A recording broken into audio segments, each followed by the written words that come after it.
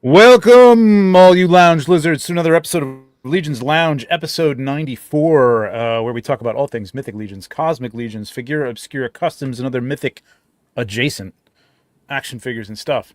We are your hosts. My name is Trevor, 16shooter on Instagram. With me, as always, Nate Strong, at Corona4 on the gram, and Bill Janowski, at The Dorklair, and at The Dorklair, at Dorklair, and at The Dorklair, depending on where you are in the world.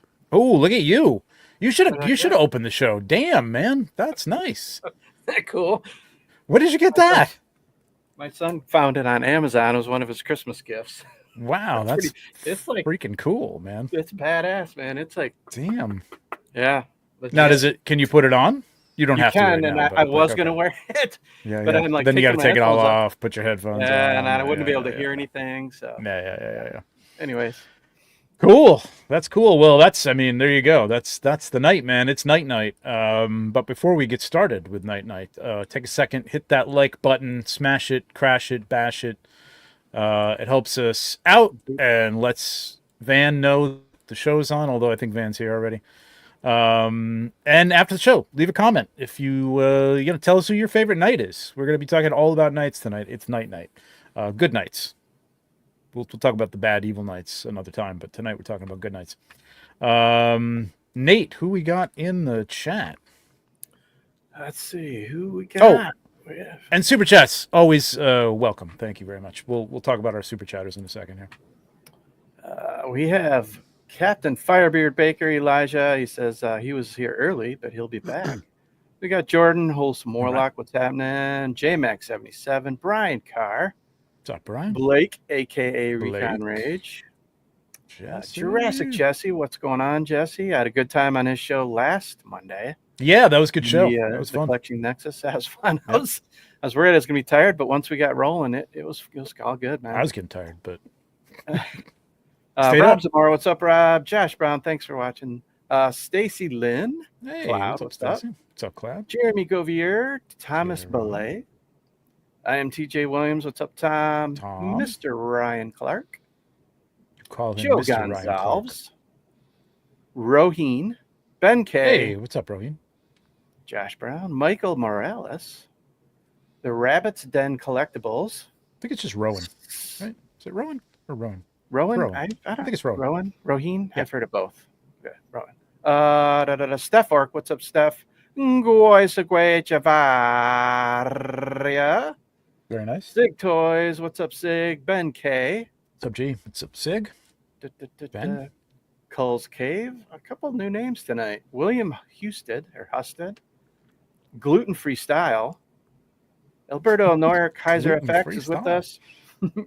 Nice. Mike V, that's me. Gluten Togging to you. R. Endless Fables. What is going on, everybody? Thanks for joining. Nice. Oh, so see, Van's not here. So keep clicking that like button to summon him. Summon. Could have sworn I saw him. Okay, that's fine. I saw Van today. I saw Van doing a review of. So did I. I was going to bring that up in the news. ATL 25. Yeah. Oh, no way. Yeah. Really? How did that happen? They gave it to the old people for now. Yeah, that's cool, man. Like a preview of the ATL 25, like out of the box, in the box, out of the box. Sweet. Mm-hmm. I'll have to check that out. I'm super excited for that figure. And they're not even studio employee people. They're a studio adjacent employee people, I think. But no, it's great. It was good. I was just watching it. I was literally just watching it like a little while ago. Cool. So go check that out on the Purple Gang, even though they're ageist, but they're lovely people. I love them. Let's bring our guests out. So we'll get into the news. We have got tonight among got to be two of the biggest Knight fans in our little group here, the Cabal and the community. So much so that they both cosplay as Knights at Legion Con. Please welcome admin of the Cabal, photographer and Templar scholar. You'll find out if you don't already know. Elliot Lee, and painter, customizer, and mythic enabler Joe Russo. Yosef. What's up? Hey, what's up, boys? Look at these guys. What's up, guys? What's up, Elliot? What's going on, man? What's going on, Joe? How are you?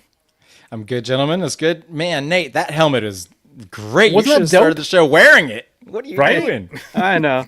You should see he's got a badass, like legit sword that goes with it too. So Really? Oh man, Wow. yeah. how are you not brandishing both? He's got I the know. sword, or you got the But- sword? He's got the sword too. Oh, okay. He goes. Wow. He asked me. He goes, Dad, do you want that for the show too? I'm like, Nah, I'm good with the helmet. Well, at least that you could brandish. You can't really wear the helmet, but yes, the sultry tones of Joe, absolutely, for sure. Oh man, Ben Kustanovich. Yeah, brother. What's up, buddy? David that. Smith just joined. What's up, David? So I'm so glad you guys could come on, man. I know this is a little last minute. We got another. Where I was lining up something else, and something happened with that, and I've had this in the back of my mind to do this with exactly you two, and I'm like, it's getting late, but thankfully you both were able to make it, and we're gonna make this happen, and I think it's gonna be fun. I think it's gonna be a lot of fun. There he is. There he is. Somebody woke him up, gave him his pills, and Well, that's all right, Trevor. I funny, know it man. was last minute, but we were able to pick up this night shift for you real quick. And Hey, nice. hey, he brought night puns with him. There you go. Well, we got lots of those coming. What do you know, a Pratt? He rubs off on me. What can I tell you? Yeah, I know. Funny. All right, we got a couple other pieces of news besides the Purple Gang news. We've got. Let me ring this up first. Here we go. Let me present this. Horsemen shared some stuff from Ox yeah, Crew Book 1. They're calling these first shots. I don't know if I've heard that term before, but they're generally like a little kind of rough test shots, basically, just for fitting and to see how things are going. Obviously, not colored plastic or anything like that, but looking pretty cool, man. Yep. This is not as cool. tall as I expected it to be, though. What's his face is a little bit bigger, I guess, with the shoulder pads and stuff. But I was expecting that to be a little bit bigger. I thought he looked like a big beefy boy to me. He looked huge. Oh, he's beefy. He's definitely beefy. Yeah, and he's definitely tall. I mean, he's definitely taller for sure. This toe articulation is like probably my favorite thing on these things, man. This is going to be so much Man. fun. I love that. That looks so good. It looks so cool. Oh, yeah, And we they got give is us now is this co-op Ugchaw or am I misconstruing my my Uka. Veeblians? Uka? My Veeblians. Is this Uka? This is Uka, the Veeblian. He's the Yeah, first okay. one. Yeah. Yep. I don't even remember this wrist piece here. I don't even remember that. This is like a cool, like when you see it like this, and it's the new parts are in white, and you just kind of get Yeah. a sense of like what's new. I kind How of like much? seeing that. Yeah. Mhm, Yeah. mhm. Especially you go back to the first one. That's an entire All thing. new. All white. Yeah. And I wonder Schmerb if, asked, yep. I wonder if once they're painted up, if they'll look. I don't know if that in optical illusion, if that'll make them seem bigger than just them all white. Because I did expect it to be a little bit bigger too, standing next to some of these figures. But Well, this guy's don't know. tall. I mean, if you're talking about the Veeblian, they're The- tall, but they're meant to be like crouched over. Because Greg actually Yeah. asked this, so when I was photographing him, that's what they told me. That's kind of how they gave him to me, and so Mhm. I. But as far as double-checked I on that meant, and- yeah, both these actually, because I thought, just the standing figures upright, he'll themselves, be yeah. taller. I mean, but this he guy. is a good 3/4 of an inch taller. So I mean, Yeah. it is big. But yeah, look at those boots and the I know these are nuts, yeah, man. massive. These are going to be some fun customs coming out of these things, man, for sure. Definitely has like a power armor feel. Reminds me of some of those early '80s sci-fi horror dramas. Like Warhammer, StarCraft. Yeah. Yep. Totally. This is Reminds me of like Robojocks or something like they put on their suit and then they Mhm. jump into like the giant Robojock. You know what's never been an action figure? This is like random and it's a week old, but the Fox robot on the NFL. Oh, I'm surprised nobody's ever turned that into a action figure. Oh yeah. that's funny. true. I probably would buy that. It's kind of a cool looking concept. Yeah. Dun, dun, I And, would too, um, actually. I'm surprised that hasn't been made. I could see some Micronauts being made out of this too. Yep. That'd Yeah. be cool. I know most Those people feet are see so the cool. Oh my outfits. gosh. You guys are right. Yeah, That guy's not going to fall over on the shelf for sure. Look how thick those are. yeah. Hopefully. So we had that. So that's cool. We got that. We got what else? The retailer appreciation wave is now up for pre-order. So you can go to your favorite retailer, order these figures, any and all of them. They're all cool. I mean, I see a lot of people saying, I see a lot of people saying they love the recolors and they're sad because they bought the first one. I'm like, well, you know they're coming, man. Like, don't just hold off. Like, I mean, the odds are you're going to be able to get the original ones later on. Yeah, that's true. You know what I mean? Yeah. I mean, it may come with a little bit of a premium unless you can go to a show. And if they have more, and like we've said, and Bill said, like Jeremy said they're ordering less and less to have as overstock for shows and things like that. But I mean, chances are a few months later, when they usually announce these things, you'll have a chance to get them. But yeah, I mean, a lot of great colors in this wave. Yeah. Lots of reds, greens, blues. It is very colorful, vibrant wave. Love it. Yeah, it is. I really like Anubis being in those all black, the skin tone all black throughout. I like that a lot. Yeah. I like the first that one too. is good for Yeah. custom fodder, but I just like that look. It's like I do too. classic. It is very classic and more like a statue come to life sort of thing, which you see a lot. I mean, that was the Anubis on Doctor Who and stuff like that I remember as a kid. But it's cool. Yeah, I don't have a connection to the Tusk in terms of being a Motu figure. I mean, I know what they are, but I don't have much connection to them. But I like them. I think they're really cool looking. Yeah, it kind of reminds me of I don't know if any of you are gamers, but Destiny 2 Titan armor, where it's a lot of white with I think I heard somebody else say the same thing. Yeah. Yep. Yeah, and I made a custom of that a while back, and I suck at painting, so this will be a great way to redo that. Nice. There you go. Wow. Yeah. I don't know that game, but I definitely think those colors look great together. Just a great paint job on that from my boy Eric Miller. He did that. That's right, yeah, that's Eric right. Miller. Proud of Yeah. him. Yep.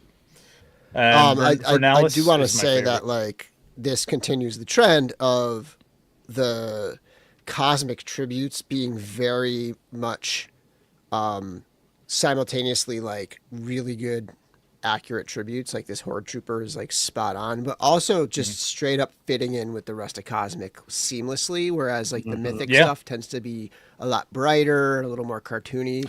The cosmic stuff just blends right in. I would say the only thing in that respect is the weapons, which are basically all just bright red. Which to me, I don't know. It doesn't. I get why. Yeah, you I do can it. see the weapons, but you can. But the many figure weapons. itself, you're right. I mean, I like the figure itself, whereas a lot of I think the brighter colors just work with cosmic. You know what I mean? Where I think you've said that before too. That the bright anything colors goes just with don't cosmic. work as well with mythic. Although now we're getting into, bright colored snakes and things like that. So it's funny you Mythic's say getting that when more you talk about colorful as mythic. well. Like, And believe this it or guy, not, the the one you're thing getting that into actually stuff turned like me that. off from Snag originally was this blue hat. I just thought that blue was sort of odd, but of course I finally got it, and now he's one of my favorite goblins. Yeah. But you don't think of that as much, but Right. Snag's just so classic D&D though. He looks right. I'm not even a goblin much guy, so. and even I love that look on him, that hat. Very much so. Yeah, these Tusks, man, they're the figure that keeps on giving. Great Yes. Lilith video. Oh, what's this? Oh, did this come out today or something? No, it's been out for a while. I The Brad I think I must Treadaway have missed the blue with one. special. It's pink Beautiful. and purple. Cute. Where is Oh, the? I love that shot you did of that snake. Oh, this guy, yeah, he's cool, man. That's awesome. Standing. Top down That's so shots. I great. love my top down shot. Who took that picture? John. Great job, buddy. Thank you. Thank you. I love doing this. Actually, this was something that Jeremy wanted me to do as like the bride and groom and show them together. And good idea because they look great together. Like they really do look like totally different character type of things. This Haunted Mansion look is completely coming across with once you get more than one in hand. And that was just fun to do with that. Well, They're really like, imagine, welcome to our blah, yeah. Throwing the I'm gonna bouquet. need a warning before you do that. Exactly.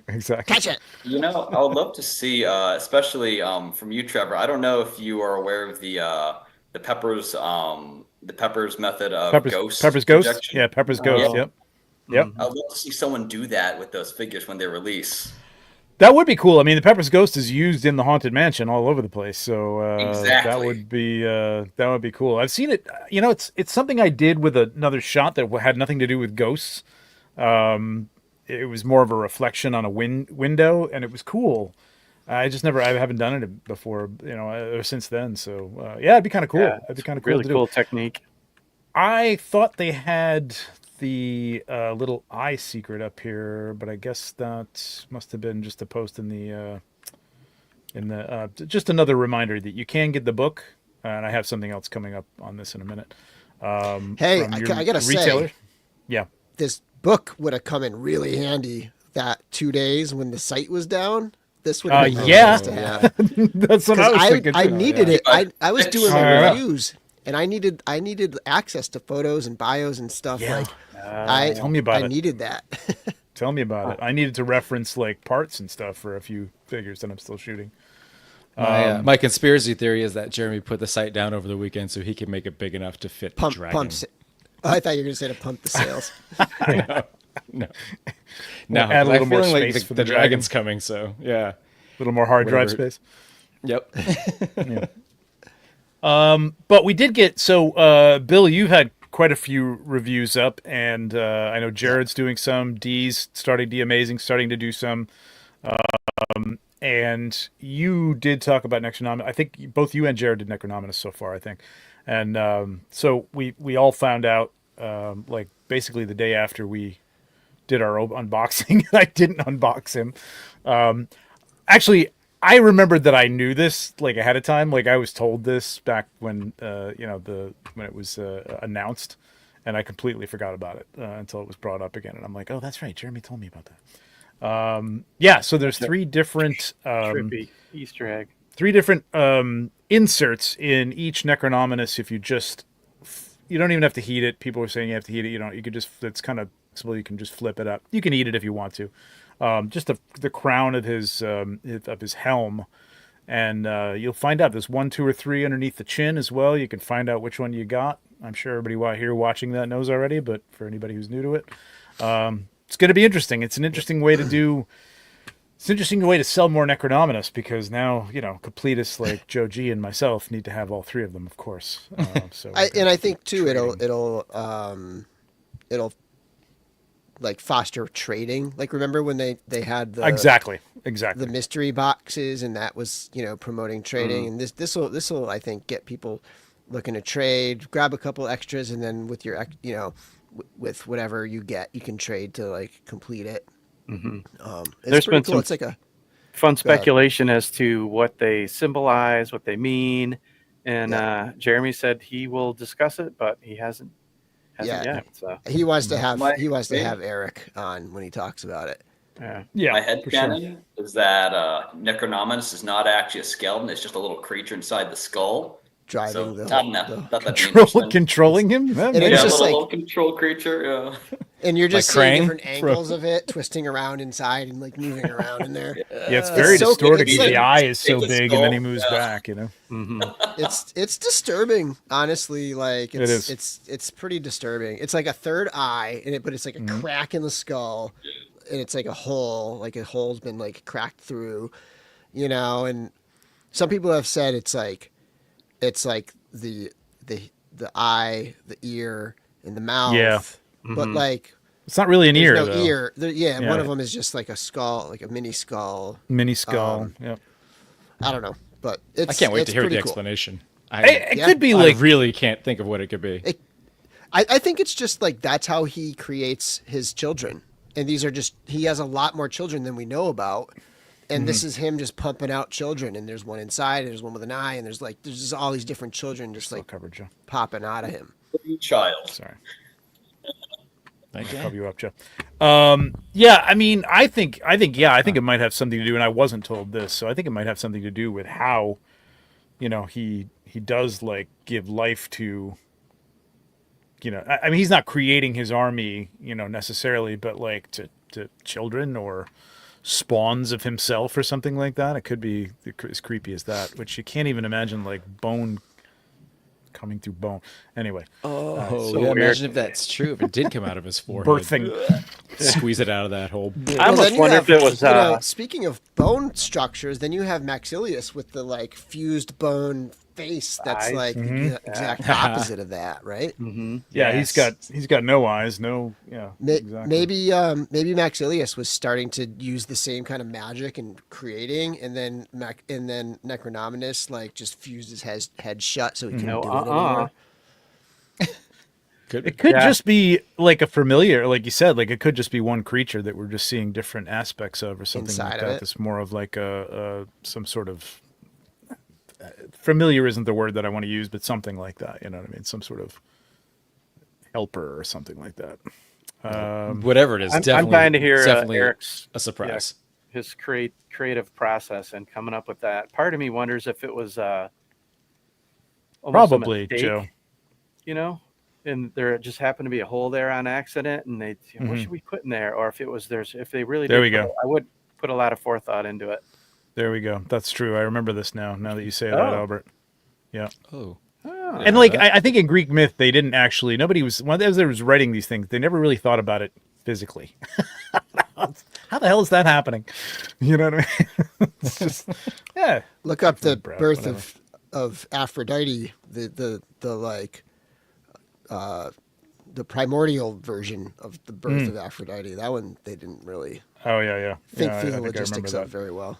You got me scared now. I don't want to. I don't want to know. Let me see, what else have I got? So yeah, go check out those reviews for sure, and the Purple Gang review of ATL. One more thing, I don't usually love to. I'm not really like good at touting my own stuff, and this is really has to do with the book. So this is the only reason I'm doing this is so when the Alithia wave came out, I went to the studio. They were all basically glued together, and we couldn't move them. We couldn't put them in. I mean, they were in nice poses, but they weren't in very dynamic poses. So until I got to production figures, I couldn't do anything with them. So I've reshot almost. I think all at this point all the Alithia figures. To like start to finish. And the cover was basically one of those shots that we just kind of made do with. You know what I mean? It's like, all right, sticker in front of the horse, in front of the, the set, and I really wanted to do something better. So I am reshooting both Poxus and Alithia for the cover of the book. So this is the Cool. Alithia shot that I just put out today. So And this Great is picture. beyond being an amazing photo. There's so much to get in with this character. I mean, from the horse and knowing where to crop it, all the way up to the thing on top of her crown, to the Yeah, stuff I know, there's that a comes lot. out of her. Yeah. So it's phenomenal, man. It's awesome art. Yeah, the soul spiller is a cool thing. It's a very awkward thing to have her hold in front of a horse. You know what I mean? I really wanted to have her doing something with it, and I do have something in mind where I'm going to have her using it. But for this, I kind of wanted to match. If you look at the Arethyr shot, it's kind of like a mirror of that. It's kind of what I want to do with all the, with all the dark gods. Boar. Sweet. Yeah. It's awesome. So there you go. That's that. And now we will take that down, bring us all back. Yep. I was going to mention real quick too, talking about the reviews, is Curtis on his art by Ackerman. He's done a lot. Oh of yeah, that's right. Curtis is exploded doing views of exploded it. ones. Those are great. Yeah. Yeah. And I think he's done Terpiculi. He's done Sir Elijah. I think Did he he did do the out- Undead Builder pack, Adalric, and he did the Undead Builder pack. Yeah. which is what Yes. I'm on now. I'm Yep. on. That's my next. So I did Adalric. Sorry, Curtis. I meant to haven't mention that. Sorry. I haven't published that one yet. That'll go up tomorrow, and then I've already started like cracking open the Undead pack, and then after that, the only one left I'll have is Conibus, and I'll be done all 11 figures. Wow. Awesome. Billy Beige as well has done a bunch Yep, of reviews Billy for Beige. three or four of them at this point, I think. And then he's been while we're putting them talking up. about reviews, Stavros, Toy Bro. Yes. got Yeah. Stavros early. yeah, He did a yeah. review, and Yep. Robo has Stavros as well. Oh, I didn't know that. He hasn't published his video yet. I know because I am a member of his Patreon, and he has it up on his Patreon now. Look at you. And so I'm sure that'll be up tomorrow, or I don't know when his delay is, but Yeah, Stavros looks great, and that's supposed to drop in March, right? I mean, next month. It's supposed to. That was the yeah, I think street I talk think Jeremy that said it's on the way to BBTS now, so Yep. it should be soon. cool. So is the the graveyard skeletons like Wolf King Lens Any day you now. know, yeah, he's Yeah. yep, collecting. I think I'm hoping all that stuff is in this week. I go pick up my stuff, and hopefully. Be awesome. How awesome is all right. it that we're swimming in all these toys that are coming in? It's It's insane awesome right now. We're like in an onslaught of badassery. Yeah, exactly. Yeah, it's crazy, man. I mean, like All-Star 6 is going to be here soon, and right after that, Ashes is going to be here. And we kept saying like last year when things were slow, and like just wait, man. Next year it's gonna be, and then Bill did his like what's upcoming video, and like. And that's only like what we know, you know what I mean? And not to even to mention what's going to drop in the meantime as surprises, as figura obscuras, as new waves. There's new lines. There's new lines. The legacies and the and the infinite like which we don't even know if those are going to be. And I haven't asked, so I don't know if those are going to be like ready to go, or if they're going to be. They're probably going to be pre-orders, most of those. But I would never know. think so. Yeah. Yeah, You never know. and I mean, who if it's a knows single, when, if it's a single figure, like the this little dude here, whatever this is that they were showing, the Glyos guy, what's his name? Faden. That could be an instant drop too, like a figure obscura type of thing. You never Could know. be, yeah. Mm-hmm. All right, it's time to talk about knights.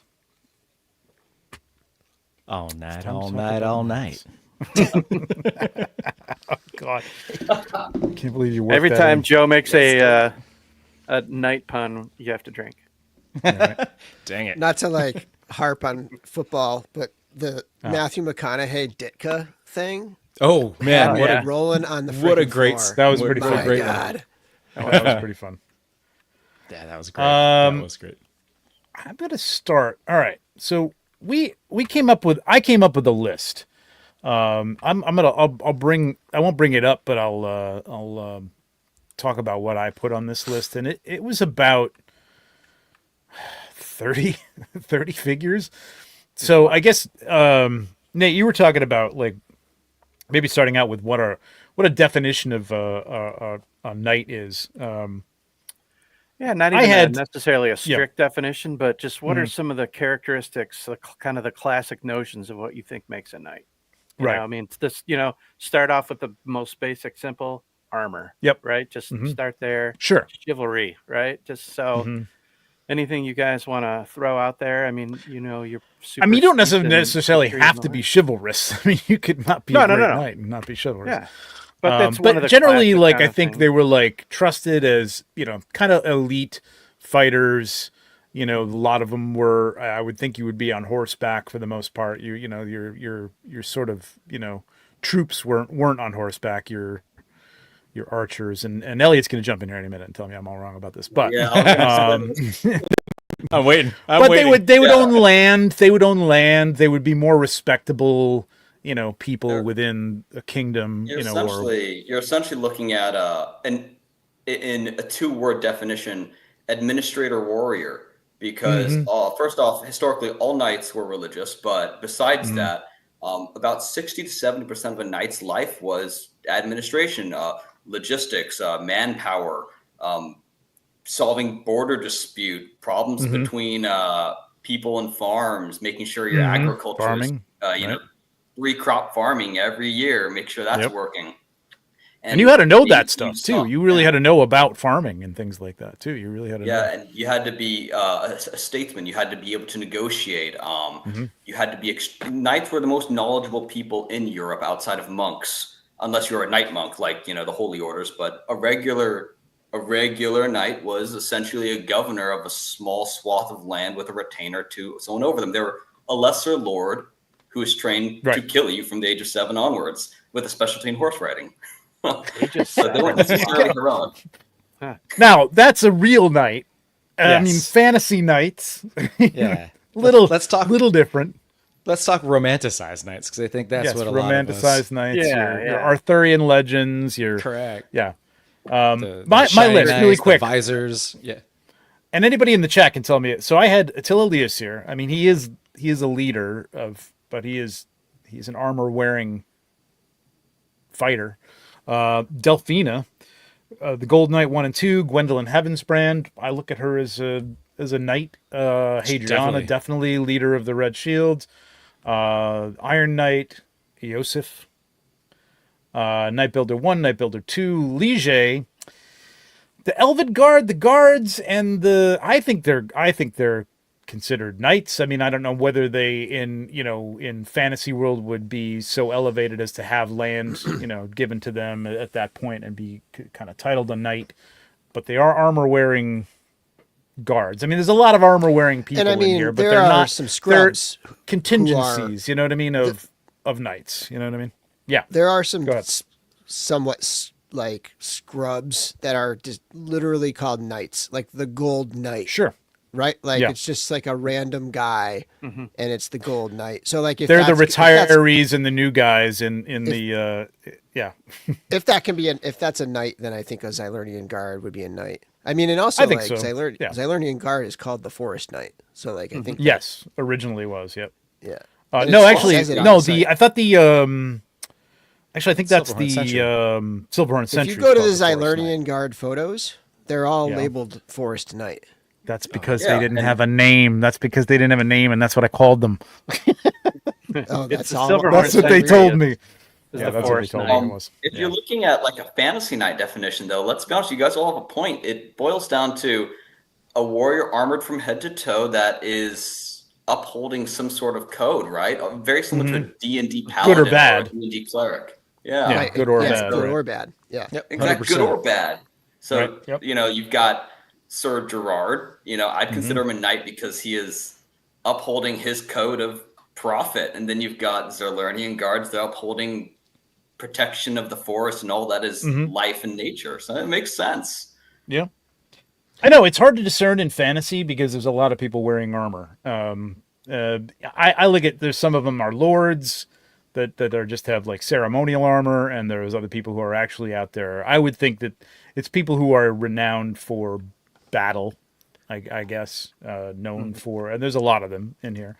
Let's start with before I know, Trevor, you didn't get a chance to go through your entire list, but I did today. I said I did a little background on it, and I just found this to be a bit interesting, that all the characters that we were considering being knights, the 30 plus or whatever it was, there's a lot of unique and different roles, but just besides knight, there was these listed along with them. There was warriors, leaders and commanders, templars, paladins, guardians and guards, advisors, soldiers, champions.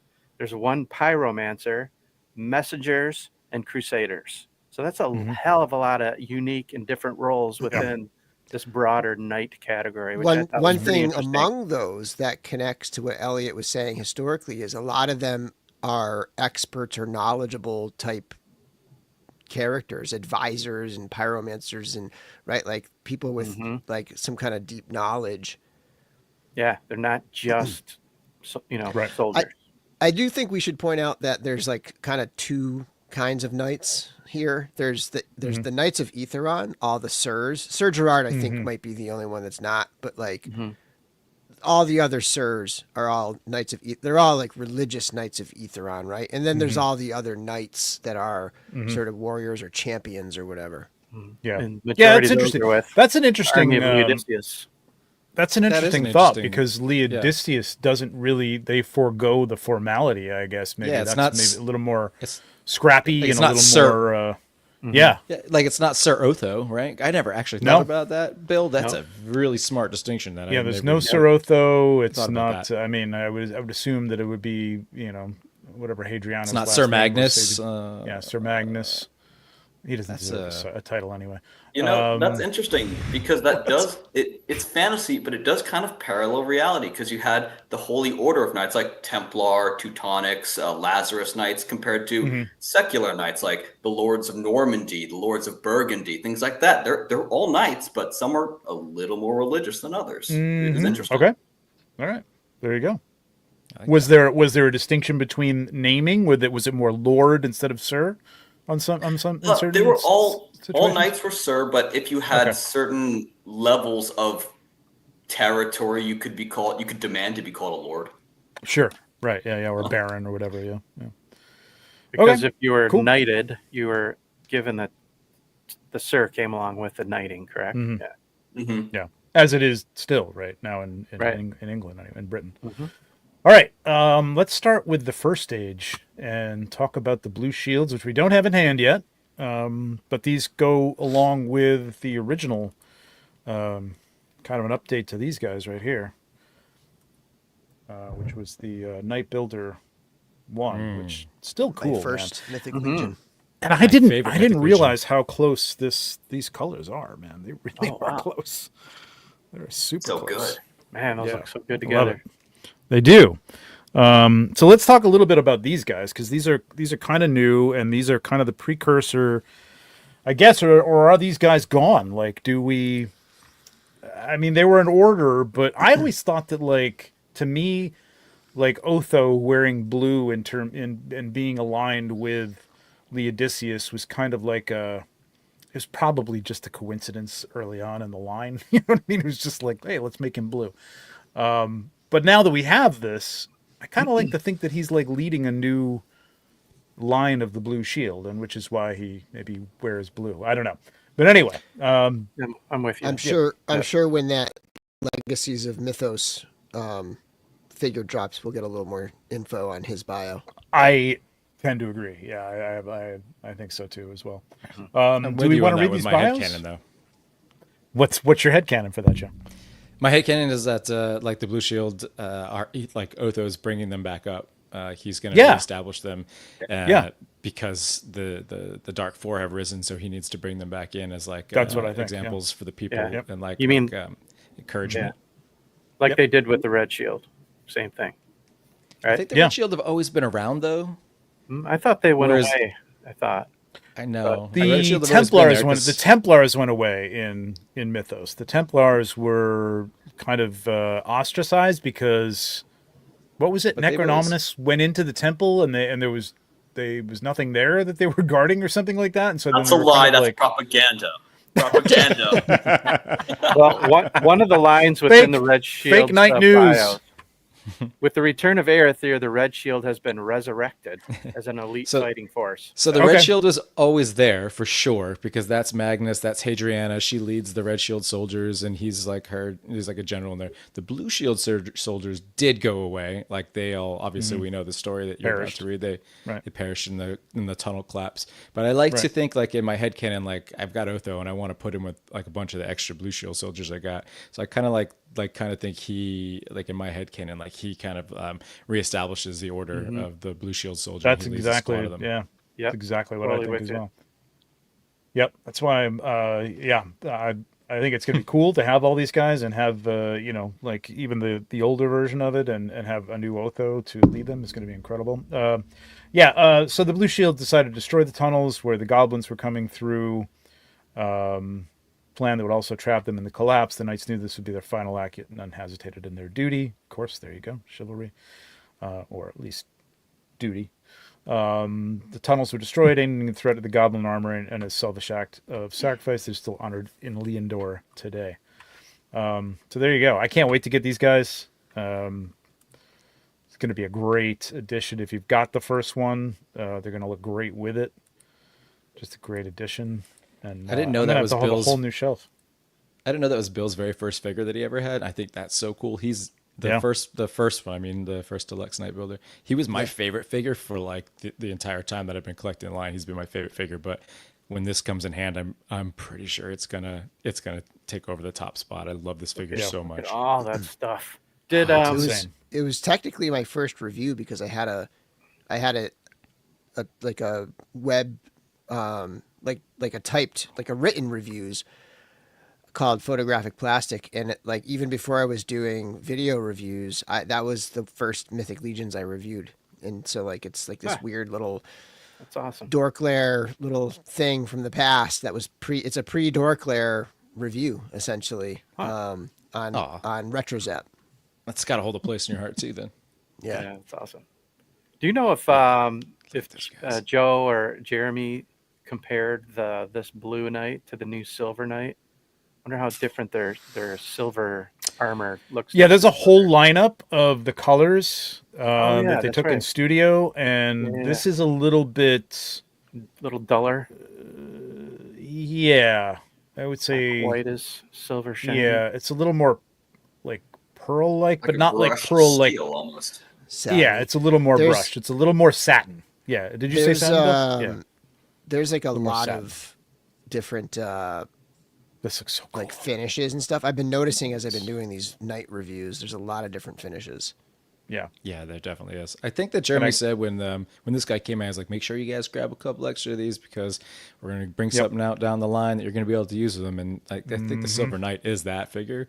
They put them next to each other. It's not the exact, but they look really close. it's going to be pretty close. Yeah, It'll be good, nice to mix them up, just to get some, so they're not all have the exact same armor on.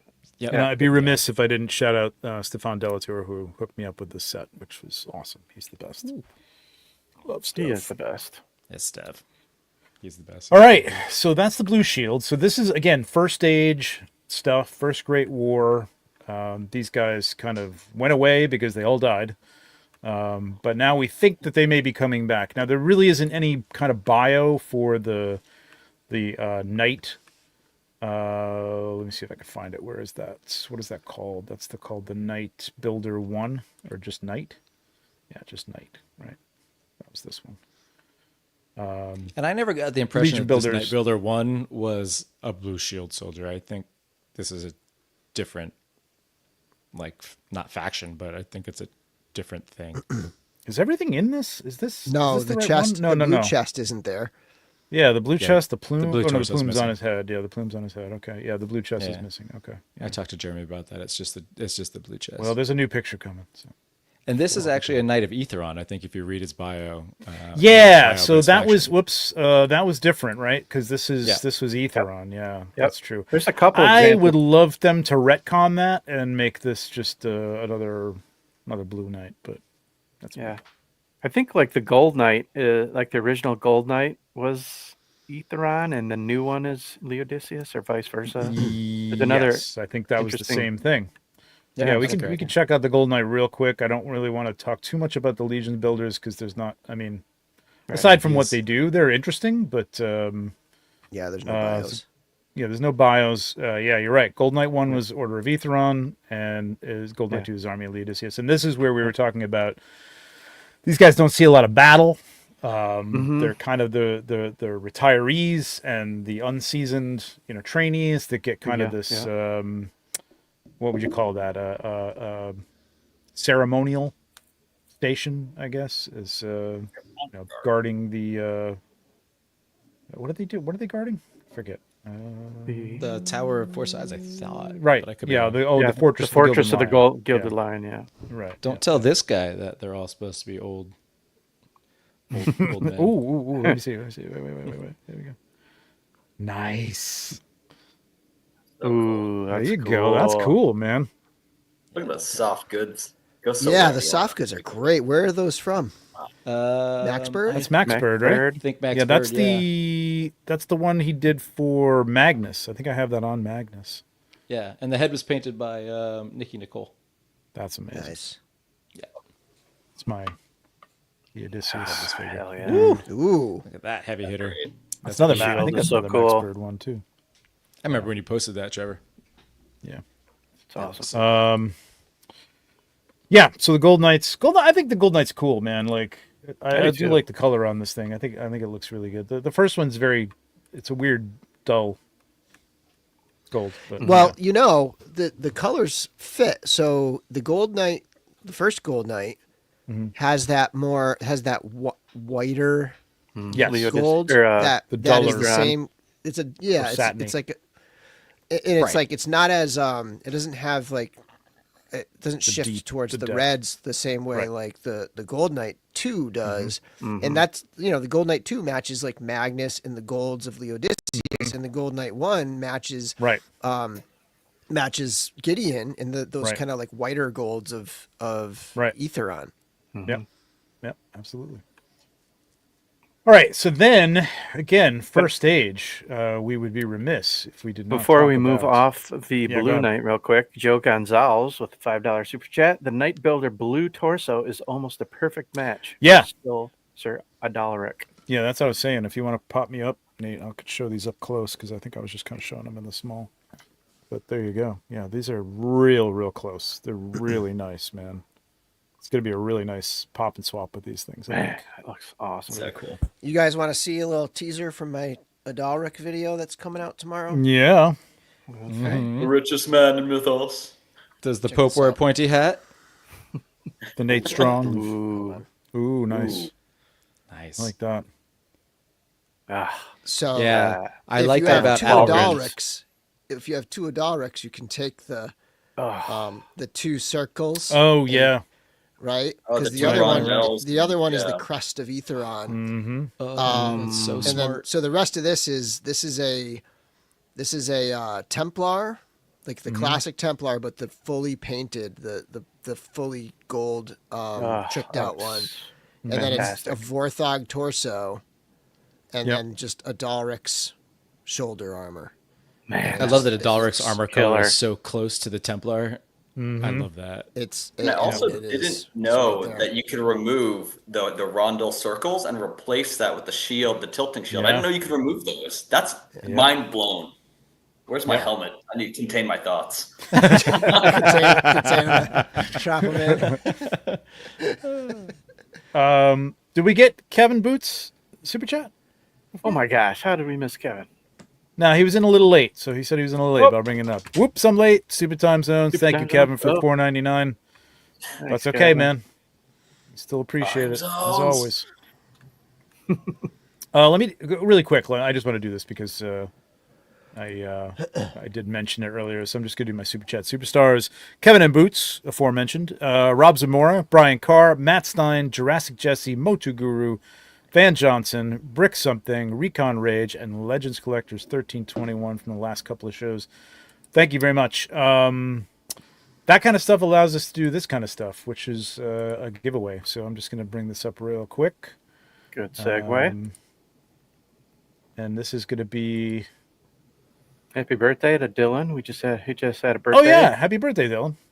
Yep. Happy birthday. Hashtag turn up the night. If anybody knows what that's a reference to, I may throw you a prize. I don't know. Maybe not. This is for a $25 gift certificate to Four Horsemen, so you can go buy yourself a night, any night you want, any night A lot of great stuff on any the night you store. want. Tonight, tomorrow night, whatever you want to do. Yeah. So there you go. Turn up the night. Anybody know what turn up the night means? No. It's It's a deep cut. not Literally. turn It it. sounds like it the could night. almost be like a George R.R. Martin thing, like turn up the night turnip, like the vegetable turnip. Nope. Oh, the turnip Turn up. night. Turn up the night. Turnip night. Like Was the that onion night. Yeah, like the onion night, right? Boom. Look at that's my boy right there. Ooh, nice. That is a Black Sabbath Dio song. Great song. Ah, Turn no up the night. shit. Nice. Yeah, my brother knows too. I knew he would know. All right, let's get back to this. So, all right, we're going to jump now back to the first stage, stay in the first stage with the man. Aw, Myth. Oh, Joe. hey, I know that guy. bro. Eosif of the Golden Hey, I want to Spear. challenge something Such a right here. Lofty, Nights are such a- 20. There's some $27 nights on there. There are Or 26. $27 nights. It's $25 towards a night. You can go buy a night with $25. I mean, not straight out. It's still going to cost you shipping, but you know, what do you want? It's $25. Knights are rich ballers. That's Gotta right. afford them. That's right. This is a lofty name, my friend. Let me say that first of all. Yosef of the Golden Spear. There's a lot of words there. There are. There is. They're all very simple words, but together Yes. they sound very lofty. I'm just gonna shorten it. I'm just gonna call him of the. How about Iago? You could just be Yogspa. Yogspear. Yeah, just go with Seth. Yeah, that's easy. Seth. Seth. Jimmy. What's up, Jimmy? A hero from the first age of Mythos, Yosef led a battalion of angelic warriors from the celestial city of Cirrus, which is a whole other thing we don't really talk a lot about. You know what I mean? Like, not that we don't talk about, but I mean, there's a whole, city up there somewhere. You know what I mean? Cirrus, obviously in the clouds. In the First Great War, tragically, their mission was a doomed one, and only Yosef survived an encounter with Maxilius the Harvester. The angels fought valiantly, but they were each cut down by the Harvester and raised from death by the unholy magic of Necronominus, birthed forward from his forehead. Still, Yosef did not surrender, and he proved instrumental in the victory of the First Great War. Returning to Cirrus alone, I see like his head down. It's that guy that's just walking through the fields. Through the clouds. It would be I don't want to be a mopey angel. It would be ages. Well, obviously he got stuff done because there was more angels. So it would be ages before another of his kind would leave the angelic city to fight in the battles of Mythos. And we do know that of another one, so we will get to that. But His head might have been down, but his shirt was still unbuttoned down to that. That's right. That's right.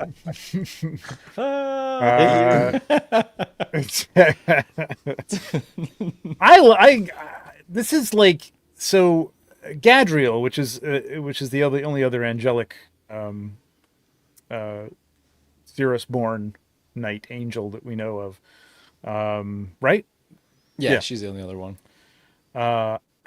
She's a great figure, man, and these are cool, man. It's a really cool thing that like these just exist. You know what I mean? And I don't know. I really know, and they don't like overdo them. There's not like a ton of them. Just like a couple of them. So when they do come on, they feel special. Well, thank God, because how many of these are you going to put on a shelf? You know what I'm talking about? Like this, Jesus. Yeah. No, for sure. Both the looks. I mean, that look and the I love this look too. Yeah, look is amazing. Winged. Which helmet do you guys like better, the Mercurian look or the Xylernian Guard look? Xylernian for me. I tend to like the Xylernian as well. Yeah. What was that, Elliot? Yeah, same. I like the Xylernian, but the helmet with the two eyes, not the single slat. Yeah, I like the two-eyed one as well. Yeah, I like that one as well. Is that the main one? I forget. I think that is. Does he doesn't even have his helmet down. You can't even tell. Yeah, it is. It's the two-eyed one. Yeah, you can tell because it's got the cross on it. Yep, the cross on it. Yeah, it's a great figure. I'm really looking forward to this. So look at that picture. Oh, that's so that was fun to do. Awesome. Hold on a second. It's fun to shoot something not in a castle or on in the forest. How much of the clouds is like what's going on with the clouds? Is that all? So this all effect, like what you can see here. You can see my mouse, right? Yeah. So all this like right up to about here. Yeah. This might not be, but this here, all along here, is all cotton or angel hair. Yeah, so this is all angel hair. You can kind of tell if you really look that this isn't, and that isn't back there, but it blends pretty well. I have to say, it works out pretty good. Where can I learn this power? I know. Wow. Well, Trevor, I have this. Oh yeah, baby. There you go. I have this print. You gave this to me at Legion's Con. Nice. I love this so much. I need to make some space on my walls. That's better than a frames, t-shirt, baby. Joe. I think so. Really? I think so. I don't complain about any of that, by the way. Just This put it is on a amazing. chain around your neck, and it's the same effect. I love it. Yeah, that's a striking photo. You want this as a mouse pad? All right. Maybe it was a mouse pad. Yeah, I just love the idea of these guys, man. Like this. I mean, I'm not praising the picture. It's my own picture, but like, I just like the idea of these flying. I've wanted to do something with Gadriel for a long time because I just think it's a cool concept. So there's a whole army. Can you imagine a whole army of these flying angel knights? That's a cool. I can't imagine image. it because they painted a terrible image of it being absolutely decimated by Maxilius. We're not talking about that tonight. We're not talking about that. It's too soon. It's Cool too as they soon. are. Cool It's as happened they are. 4,000 years ago. It's too soon. Exactly. Still too soon. Question. Yeah, this for is you, cool. Trevor. Man. Yeah. the photo, the background castle or structure, did the Four Horsemen give you direction on what to do with that? Is that supposed to be just another castle with low setting clouds, or is that Cirrus in the clouds? It is now. Yeah. Okay, I'll take it. No, I mean I mean, I would love like if Nate had the time to have painted this, and I don't think he did. You know, for the purposes that I needed it for. This is the problem. Like, so this is stock illustration that I found, and it just worked out. So I kind of like, yeah. I mean, it's not canon or anything like that, if that's what you mean. But this is kind of how I kind of imagine it on a mountain, maybe not even floating in the sky, but at the top of some giant mountain that traverses the atmosphere or something like that. You know, that'd be kind of cool. That's the way I look at that anyway. So yeah, so these are, I think, are our only first stage knights. Am I wrong about that? No. I mean, as far as we know, anyway. I don't think we have any other ones yet. Yeah. So that's cool. We'll be getting all those. So now where do we want to go from here? Where do we want to go? What do we want to talk about? Do we want to talk about the Templars? Do we want to talk about Templars. I may be or biased. Templar relic. Let's talk about Delphina and the Templars. So obviously in real life, were there any female knights now? No. Historically documented, though technically I could see this being inspired heavily by Jeanne d'Arc. Yep. Mm-hmm. You know, young girl who takes up arms, religious cause. So makes sense. Mm-hmm. There you go. Definitely. Yeah, I definitely think she probably had like a little bit of a you know, a base in that for sure, in terms of, you know, her bringing it up being, I mean, she's 19 years old when Gideon Heavensbrand reestablished the Templars. So let's just go talk about the general Templars for a minute, because that's got a whole storied past here. We touched on it earlier, and so I think that's under just the Templar Knights, so I gotta go a little further. Also, while he's looking, sorry for all the I agree, scrolling. Delphina is the best figure in the line, my favorite. Delphina? Yeah, I love Delphina, man. Delphina is one of my favorite characters in the whole thing. And I'm not a big Etheron fan, although now let's just hang on just one second. We're gonna talk about him probably. let's just appreciate this. Good. Trevor just needed a quick sidebar. I mean, that's so good. Come on, man. This Look is at that. insane. I'm still waiting on my order, and he insane. looks glorious. Yeah, that's like museum quality shit right there. I happen to have this Forgive the Art. Red Shield Soldier. There was a reason, but I happen to have Deacon here. Oh, cool. Very nice. So just how cool that looks together, man. Wow. That's beautiful. Keithlin just absolutely crushed it with my those God, cloth yeah. goods. Just amazing. Yeah, she did a great job. Oh, you could have unembiggened me, Nate. Oh, sorry. That's all right. I guess the story isn't here. Where do we have the story? The story. Oh, I would know say where the story is. Godfrey, The story's in probably. Sir Godfrey. Yep, that's where it is. All right, here we go. The biography of the Templar Knights. Templar Knights are an ancient sect once known as the Order of Etheron's Temple, once beloved by all of Mythos. The Templars swore to protect Etheron's Temple, which was believed to be Etheron's final resting place and home to the Heavensbrand. But after the temple, this I think needs a little rewrite. I don't know, because I think this is old stuff. But after the temple was taken by Necronominus many millennia ago and discovered to be empty, the disgraced Templars, so they were guarding nothing, basically, is what that's the way I'm reading this, right? They were either guarding nothing, or they knew there was nothing there and had set themselves up to be like these pious, you know, reason for being knights, and there were really nothing there, or what's the deal? I don't understand that.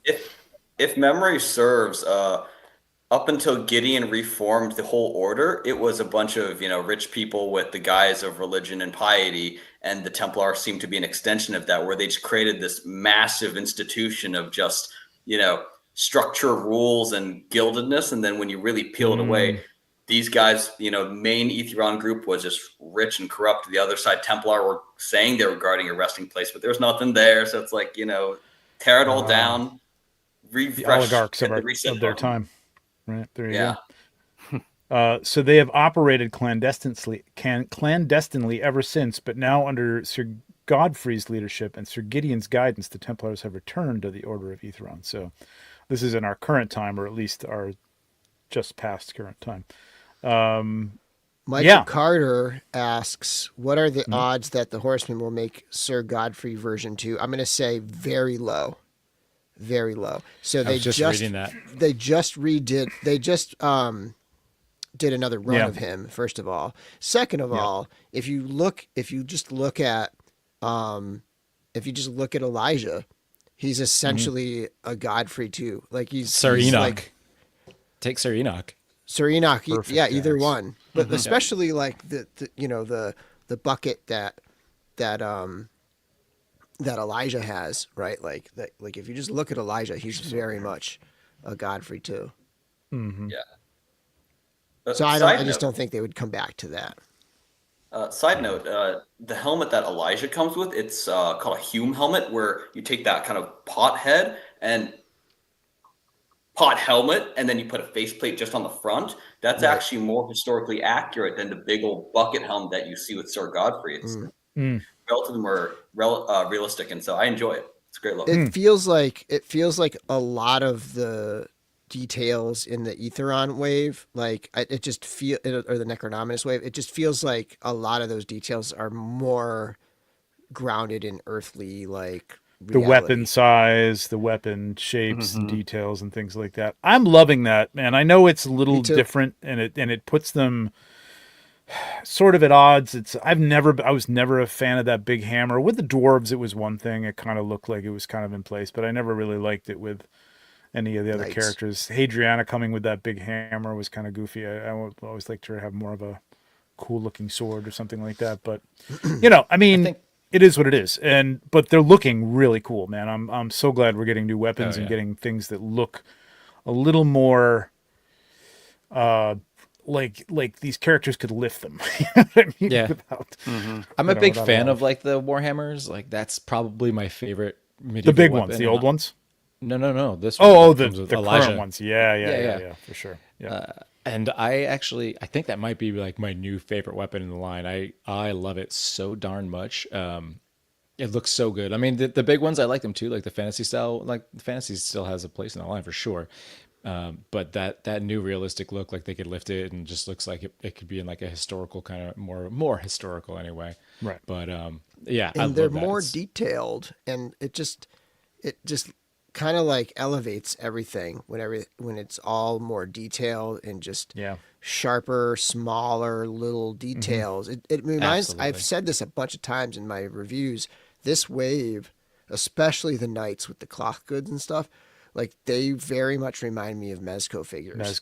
And we're talking about comparing $50 figures to $100 figures. There's 100 plus. Like these are like on the same exact level in my opinion. Absolutely. I mean, knock it down to the base level. I mean, this is a $37 figure, Elijah. Not a I mean, if you pre-order Elijah's direct. $37, right? Yeah, exactly. Yeah. You know what? While we're on this photo, though, Sir Pothead, Terrence. Sir Pothead. Sorry.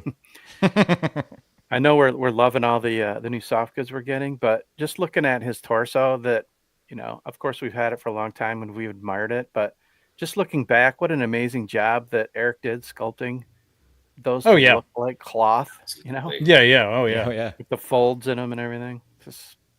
It's great because they don't really, even though you've got the cloth goods on the shelf, they don't really stand out as being like, standing behind them or whatever. They're not drastically different, and they don't stand out. They still look pretty damn good.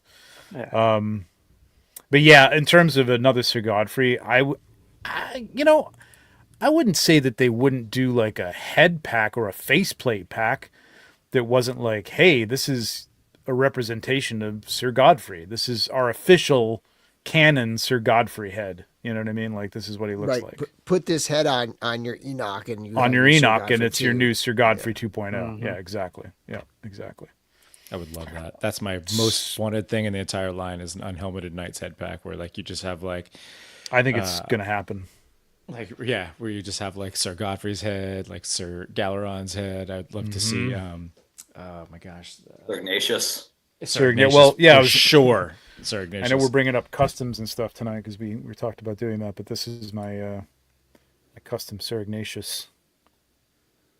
Oh, With, very cool. That's the Jeremy our Wilson friend, Eric. sculpted head. That's Eric Miller paint. Yep. Oh, Eric Miller sweet. paint, but is that Jeremy Wilson sculpt? I believe it is Jeremy Wilson sculpt. Yep. That's great. Oh man, Monster Machine. Yeah, that's awesome. Yeah, it does look like it. Eric made that look so great too. Nate. Hi, Mom. Side Terrence, note, Terrence asked who's going to Zolo. Are the odds good or bad for Necro? With the February 26th confirmed retailer street date, I would say the odds are very good. If they can, as long as they can logistically, like get it all there in time or whatever, like I would say it's very good.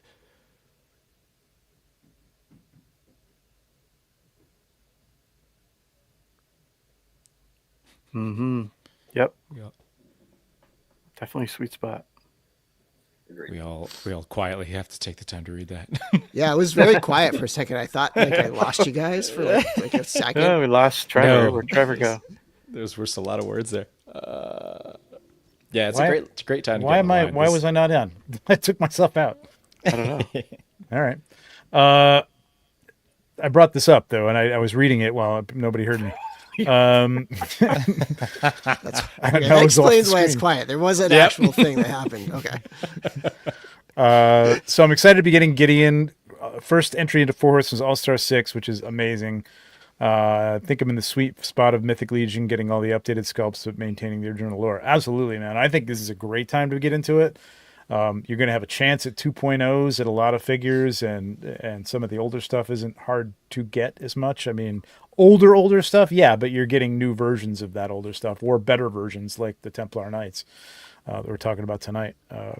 Sir Enoch and Sir Elijah are just like way upgraded versions of, Sir... Man, look at that figure. That's just unrealistic that figure was $37. Yeah, we get the Hedgehog Knight. We should have a Hedgehog Knight. That'd be cool. Sir Dunk. Long-serving member of the Templar Emissaries, Thanks, Jonathan. now loans these loyal messengers as their commander. Veteran of too many battles, Cyrenac has never lost his faith and purpose, gladly serves as mentor to younger members. Cyrenac's greatest honor was being charged with delivering the message to Sir Gideon's ascension to the leadership of the Order, riding to all corners of Etheros and heralding a new dawn for this heroic faction. Yeah, this figure is insane. Can we all take a moment to just pronounce his name correctly? It's Sir Connery. Everybody knows that they're going to make this the Sean Connery night. Right? For Sean. Yes. I lead the emissaries. Chivalry. Vision. Moneypenny. Spotted the emissaries, Miss Moneypenny. But what a classic Templar sculpt, right? Just, Oh yeah, well, I mean, this is the the old guy guarding the Grail as well. yeah. It's great, right. man. Right? It's the Grail Knight. Fantastic. I mean, look at this loadout, man. This is nuts. Yep. I wasn't really here to talk about necessarily like what these guys are coming with, but this is crazy, man. I love this thing. This is so good. Yeah, He's got the and the different. cape. He's got the Cape? different shield. Yep. Yeah, let's So like because Elijah comes with the long shield, Longer and then- shield, So yeah. this will complete that set to have the other shield, the other version of it. Yep. I just wanted to say, Four Horsemen, thank goodness for finally making that longer shield. It's called Kite Shield with Elijah, because I've been asking for that thing for maybe 5-6 years since I joined the line, and they finally released it in the line with the new Templar. I was like, thank goodness. Now we need the little cone helmets with the nasal plate, what they're called Norman helmets, nasal helmets. yeah. We need those Yeah, now yeah, too. yeah. We do Oh, need that'd be those. sweet. Those Norman style helmets are definitely needed. Hey, real quick for Nick is asking if there's Yep. anything special going on for MesquiteCon. He's never been, but would consider a several-hour drive if there's a good reason to. Nick, it's an awesome show. There's going to be, as far as Legions are concerned, the Friday night before the show, there's going to be a get-together of the Mythic community, and then the Jeremy Gerard and Pretzel bar. a pretzel bar at the get together. But Jeremy Gerard's going to be there. Jim Preziosi is going to be there. So there's going to be a lot of third-party vendors, Legions and Mythic related. So And you're I'd getting say, like you're getting like off hours Jeremy and Jim, like not yes. working Jeremy and Jim. You're getting like the hanging out Jeremy and Jim. Yeah, it's a great fun little con. I mean, a lot of people call it more of an intimate con. It's not as crazy as some of the bigger cons, so you do get some sort of more quality time. People say with visiting.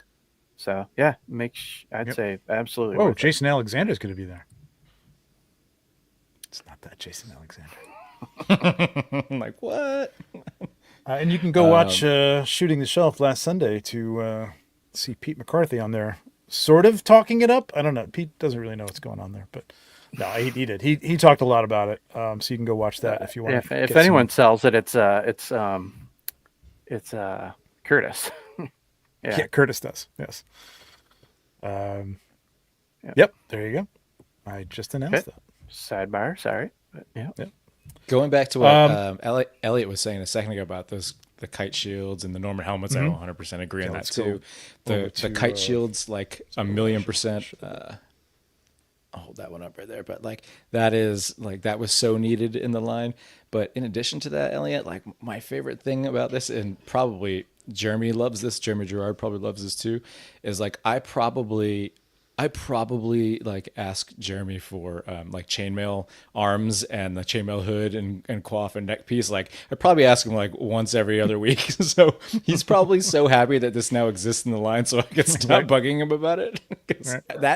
That piece was so like, along with the kite shield, like that was so needed in the line, and I love this part so much. Is like it's like my piece de resistance. Like this is the greatest piece of Mythic Legion fodder. Yeah, Trevor, I bought a ton of the my action figure custom chainmail collars. Me too. Back Me in the too. day, because they too. really elevate the look. Yeah, Trevor, I have just like 30 of wanted them. to say Share on that this thing. environment shot there does a really good job of capturing the tones of that armor. It is a very dark, and it like that gold just pops off of it, and it just in hand. It's like I had trouble capturing that in my review in hand. Like that's what it looks like in hand. It has that like gold pop on that like deep gray. Like it looks it's like so good in hand, that armor. Yeah, it's. I'm really bad with technology. How do I expand my screen to show what I have right here? I want to show something real fast. Oh, here, I'll bring you up. Oh, awesome. So speaking of kite shields, Norman helmets, and my action figure custom. So this is one of the customs actually that I was going to show. So I have a Norman Knight. I use the MAFC helmet head, the little Norman helmet that can come off. Yeah. So I want more of these from Four Horsemen. If you guys can make that, dream come true. The kite shield, Anthony Househill made that for me, but now I get to upgrade to Four Horsemen official product. So there you go. I'm really excited to get more of these when the weapons pack comes in, and please helmets for Horsemen. Yeah. Now where would you want? Now where do you want to see those though, Elliot? Where do you do they have to be within the Templars, or I mean, ideally for you, but no, you don't want to see them within Templars. Okay. Honestly, it could be with Xylernians. It could be with goblins. Anything. As long as he gets the kite shield. I just want to say, everybody out there, that they now have their marching orders from me and Elliot, Slam, Jeremy Gerard, and the Four Horsemen, and all of your chat messages and everywhere you can. Let them know you want chainmail arms, you want Norman helmets. Yeah. Oh God. There you go. And unhelmeted night packs. Start your campaigns. Jeremy's going to yell at me so bad. Edgardo with a $2 bomb. Thanks, buddy. Hello, amigos. My heart for knights has ignited. See you at Zolo. Wow. Yes. Right for sure. Good. Can't wait to selling see knights. Yep. We're igniting knights. A love for knights. We got Sir Gideon. We kind of looked at him. Let's go over to some other these kind of ancillary. Where do we want to go next? You guys pick. What do we want to talk about the Silverhorn? He's got a lot of different. Sure. The Forest Knight, known as the Forest Knight, but there's so the original. So here we go. Early promotions for this figure referred to him as the Forest Knight. So he's sometimes called that as well. And I would consider like these guys. The bio is Guard of Castle Silverhorn is divided into 3 units. The Beast Guard of the outer perimeter. And this must have been, I don't know if this was written before the Xylernian Guard or not. I don't know. Yeah, the sentries, sure. yeah, the sentries of the outer wall and the royal guards who protect the castle's interior. Although Asterion is captain of the entire Silverhorn Guard, Silverhorn Sentry are led by the forest elemental Faunus. Wow, that's a lot of bureaucracy there. Asterion is the captain of the interior. It's a lot. Yeah. Silverhorn that Sentry, led by Faunus. Wow, okay.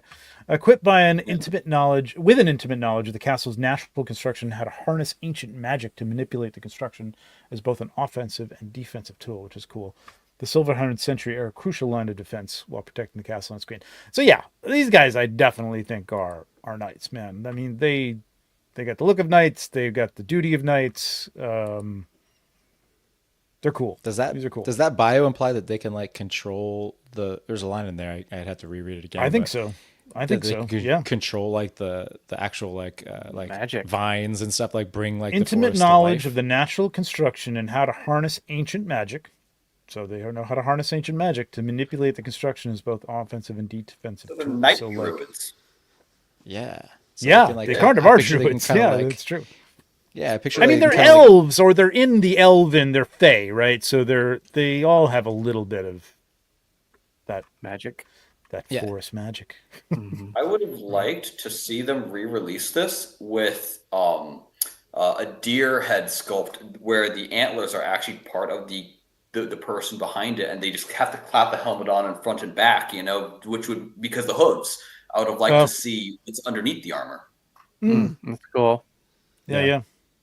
Joe, what were you going to say about you picture the castle being what, like a sort of an alive kind of entity? Oh yeah, just kind of like they can harness the magic to like sort of manipulate nature and the elements around them. Like I kind of like picture them like they could pull up like the roots out of the ground to like create vines, a shield right? in front of them and like to capture enemies. They could close off like a certain entryway and like lead people down a certain path to block it with thorns coming in like a thrown weapon or something like that. Or I love that thought. I hadn't actually thought about that with them. That's cool. Yeah, I always love these guys, man. Early on, like this is one of the coolest figures. Me too. Great colors as well too. I was like so happy when they cool re-released these guys because I didn't have a lot of people were. Yeah, me too. A lot of people were. I did get one from Travis Bowles back in the day, but that guy must have played with that a lot because it's a little loose, kind of like him. Never pass up a chance to throw a dig. That's the era of loose figures for sure. Yeah.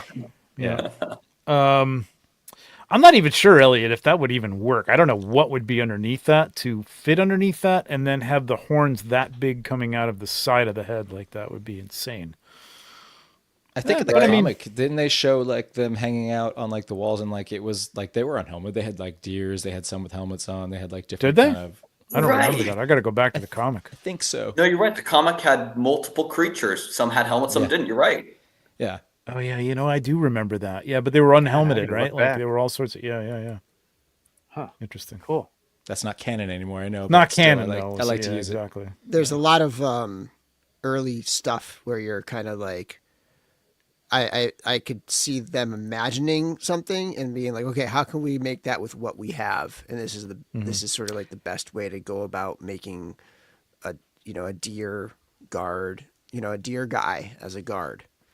Well, we're getting new Xylona and Aetheron, right? So just like they did with Basilia and She's Got Guards, maybe we'll get some stag guards or something like that, and we'll be able to like make them put their heads on here. Shoot, I guess they don't have it up here. I was looking for I was gonna give them a plug. Wolf King Customs is doing that once a month sculpt from a meal, and his new one is very much in the vein of Faunus. And now he did it with the Xylernian Guard in mind as being, but I could totally see like these guys being more wood elementals underneath these. You know what I mean? More in the font. I mean, yeah, there's not a lot of room in that head, but maybe if they sanded back their antlers or something like I don't know. If they can manipulate the castle. That's true. They can manipulate their. Yeah, that's true. That's true. I swapped up a Faunus on on the Chris figure from Legions Con and made a pretty cool swap with that. I thought. What's up, Iz? Let me see if I can find the Wolf King Toys and Customs. Because this is cool, man. I'm looking forward to this one. I'm going to pick this one up for sure. I don't think it's out. Here we go. There we go. Boom. So yeah, that would be a great replacement for that, right? For the Silverhorn Sentries, I think that would be really cool. Even the Zilurnian Guard. I mean, same thing, same difference, depending on how you use it. Yeah, very cool. I always pictured these guys as being like, well, and I guess that's what they are. They're kind of the inner guard of the the castle itself.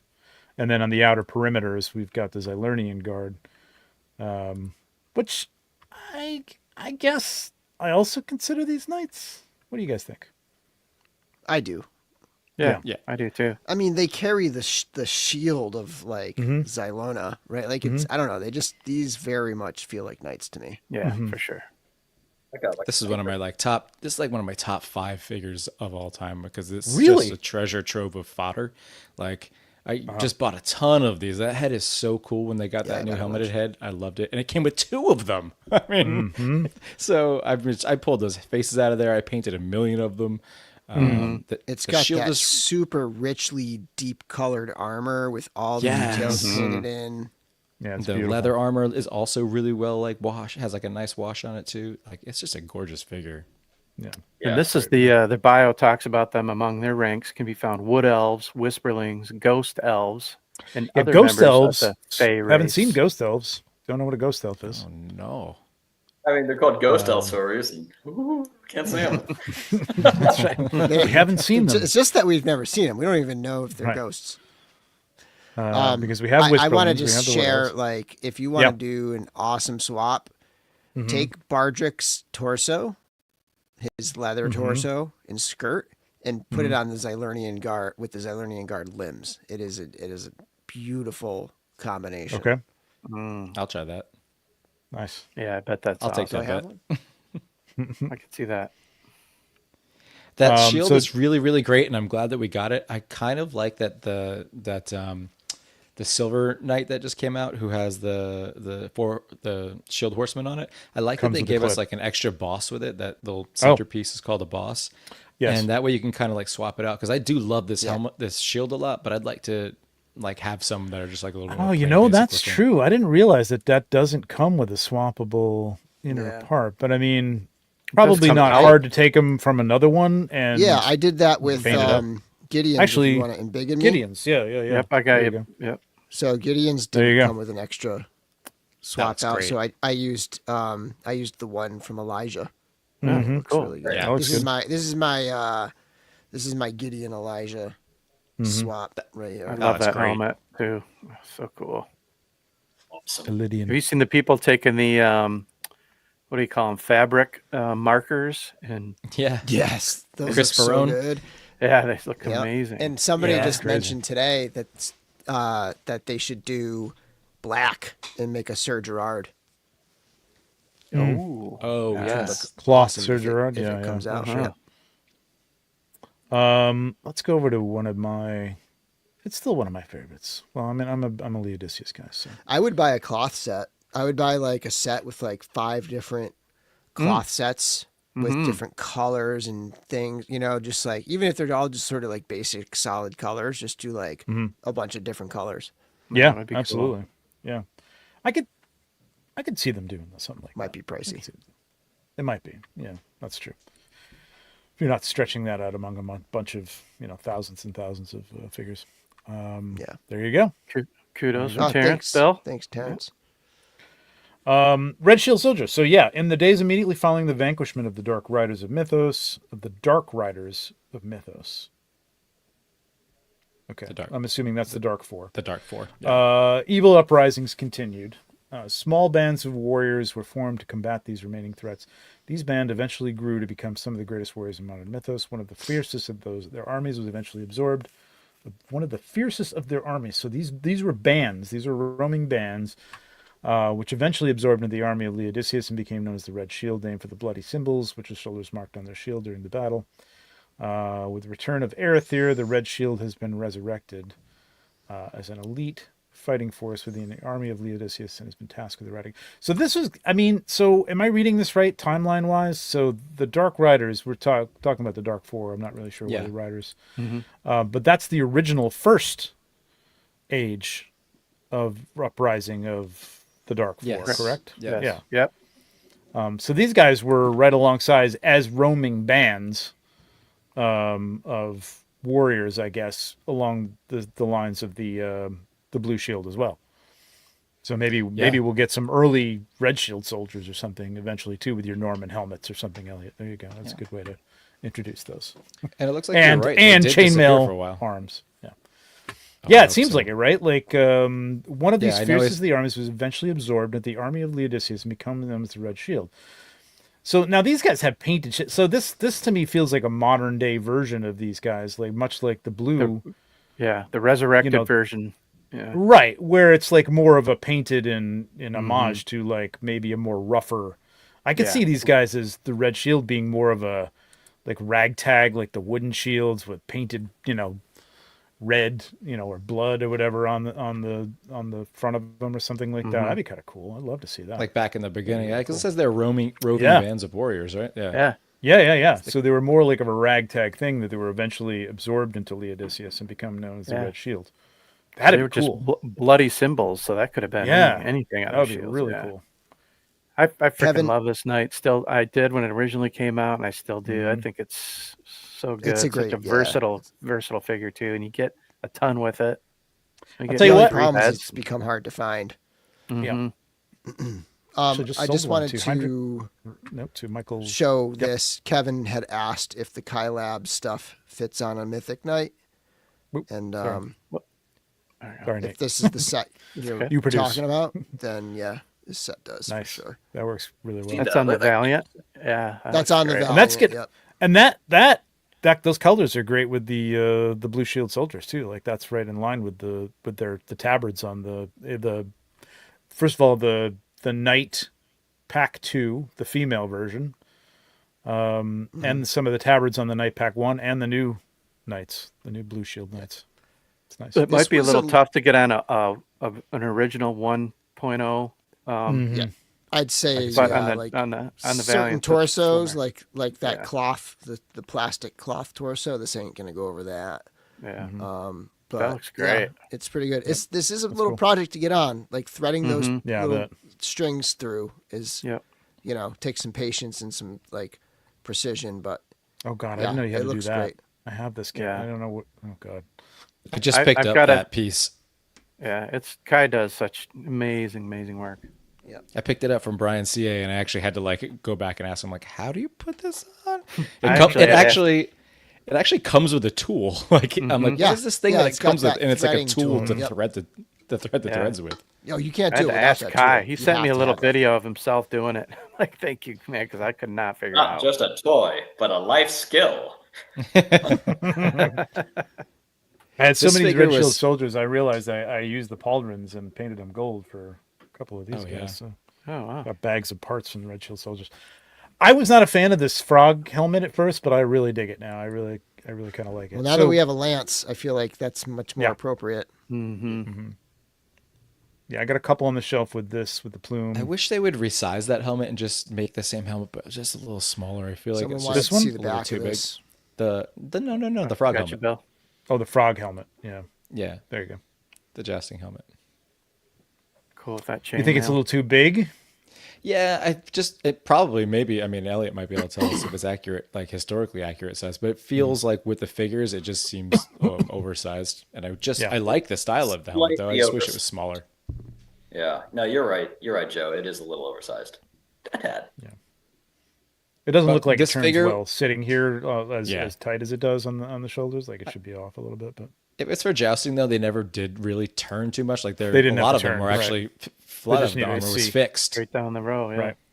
Yeah, like a lot of the historical accurate armor, it's like fixed armor. Like if you see a lot of like the later styles of armor, especially like the nothing arm. moved, like it was all Yeah. in one location.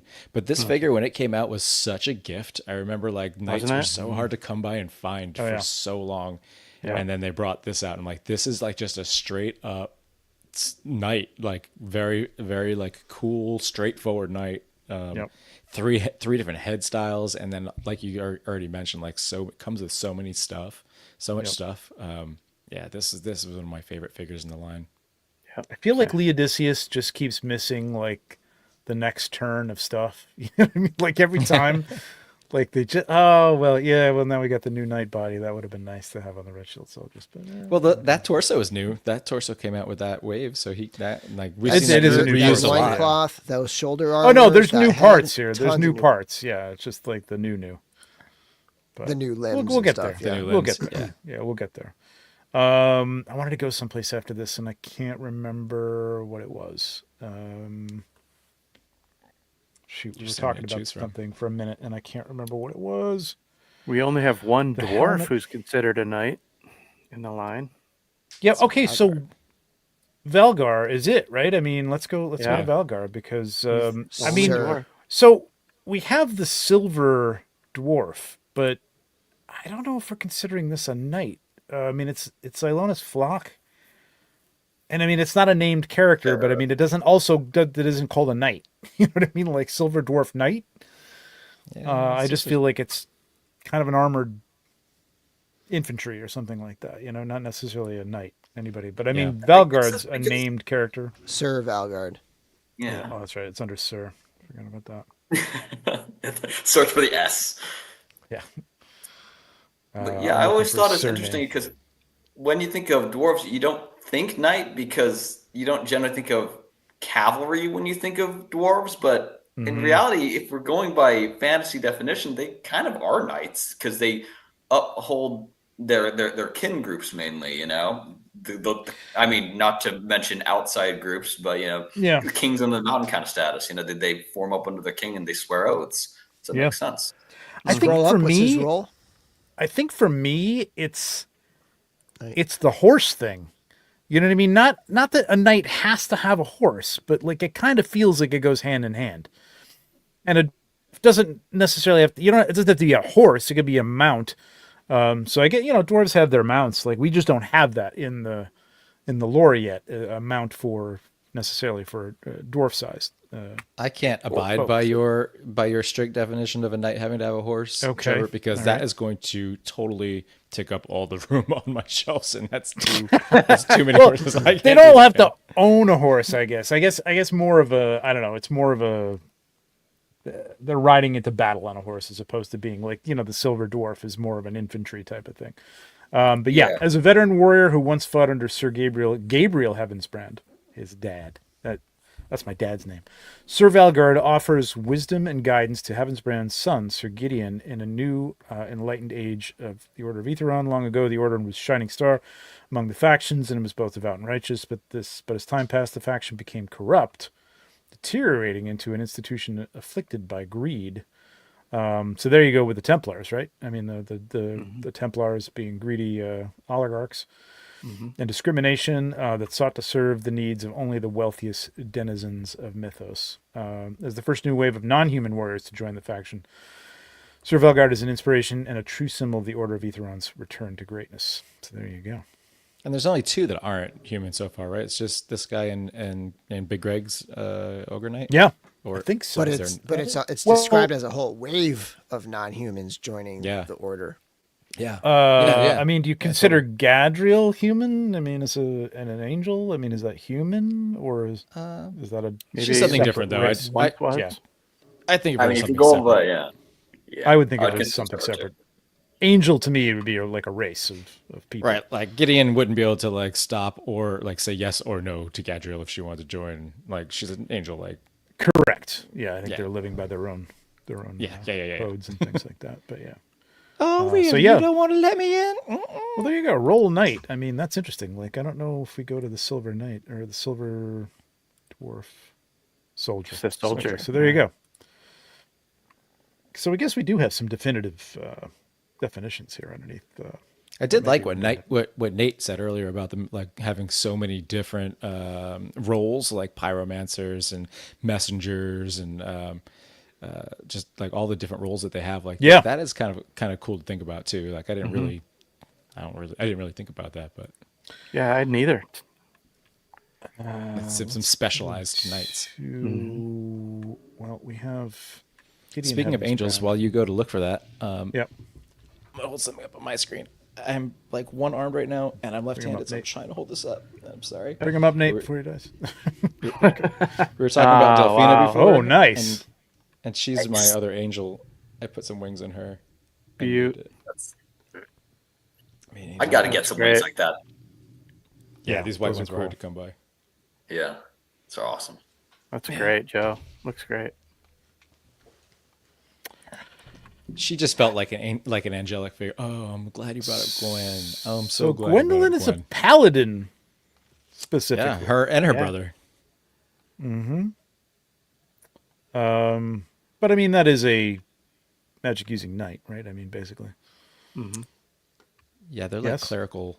Yeah, Clerical they're like knights. super, like very Clerical like knights, yeah. the most pious of like knights, I guess, kind of like they're like the most, like they're very very holy, like much higher levels of holiness. But also usually like in at least in D&D anyway, like the paladins also have like clerical spells that they can use too, like healing spells, which does fall into if you read Bishop's bio, when Bishop the horse was sick and Gideon like prayed over him all night, Right. and then when they woke So up there the you next go. morning, it was healed. Paladin. Yeah, magic.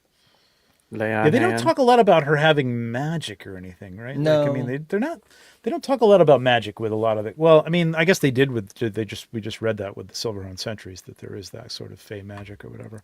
Perhaps they're going off the paladin definition for the literal historical one, because Yeah. paladins were essentially proto knights under Charlemagne, so there weren't really wasn't really a term. So he named his champion riders paladins.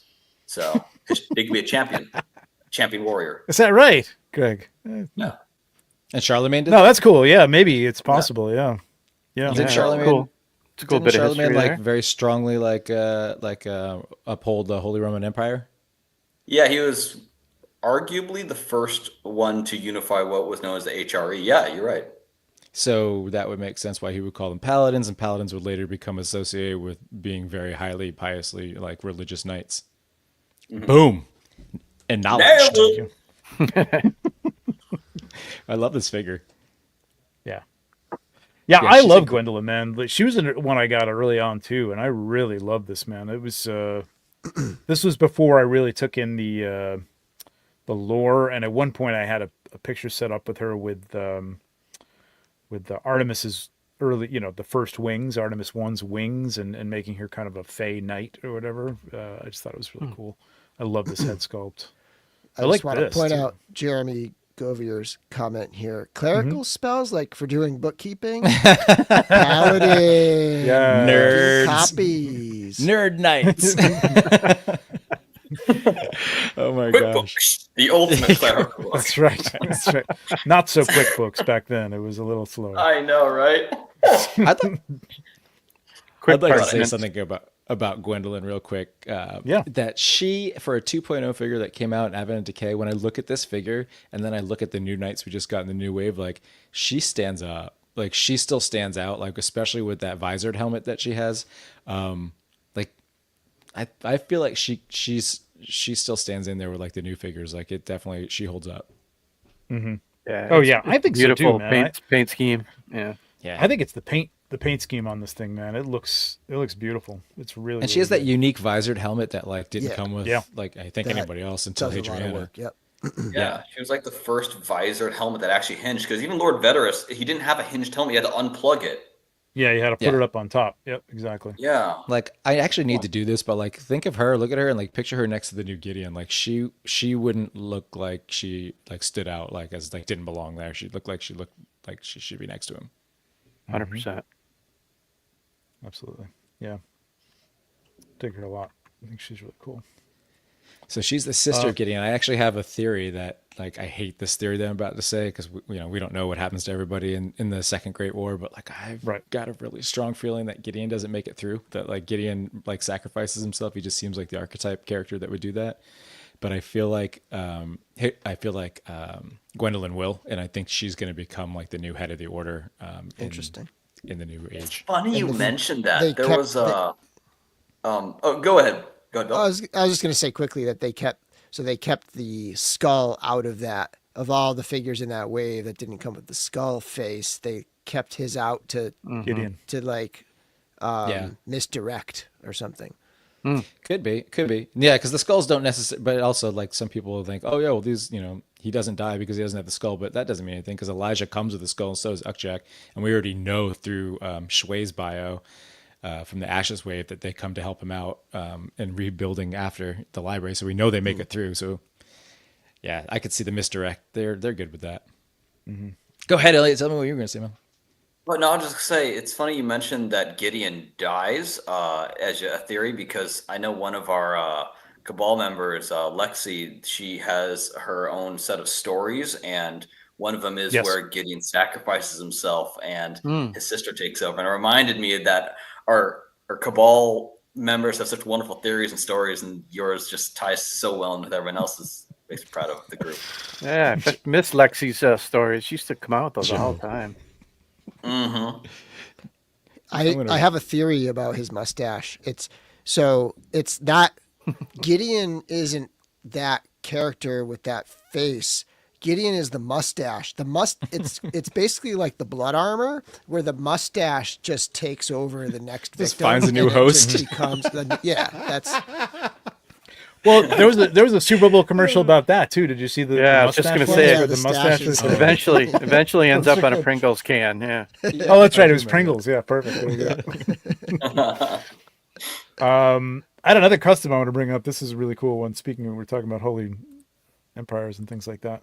This is a Chris Ferrone custom. Actually gifted this to me a couple Is years that ago. Man. Awesome. Hold on, is That's that sick. a full head or is that just a topper on that head? The topper. I It's think from it's a Traeger topper. Customs. Yeah. MAFC chopper, yeah.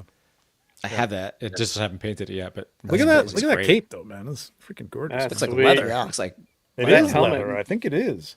Crazy. So that I love the Helmet, triple Chris. spear you used for the cross.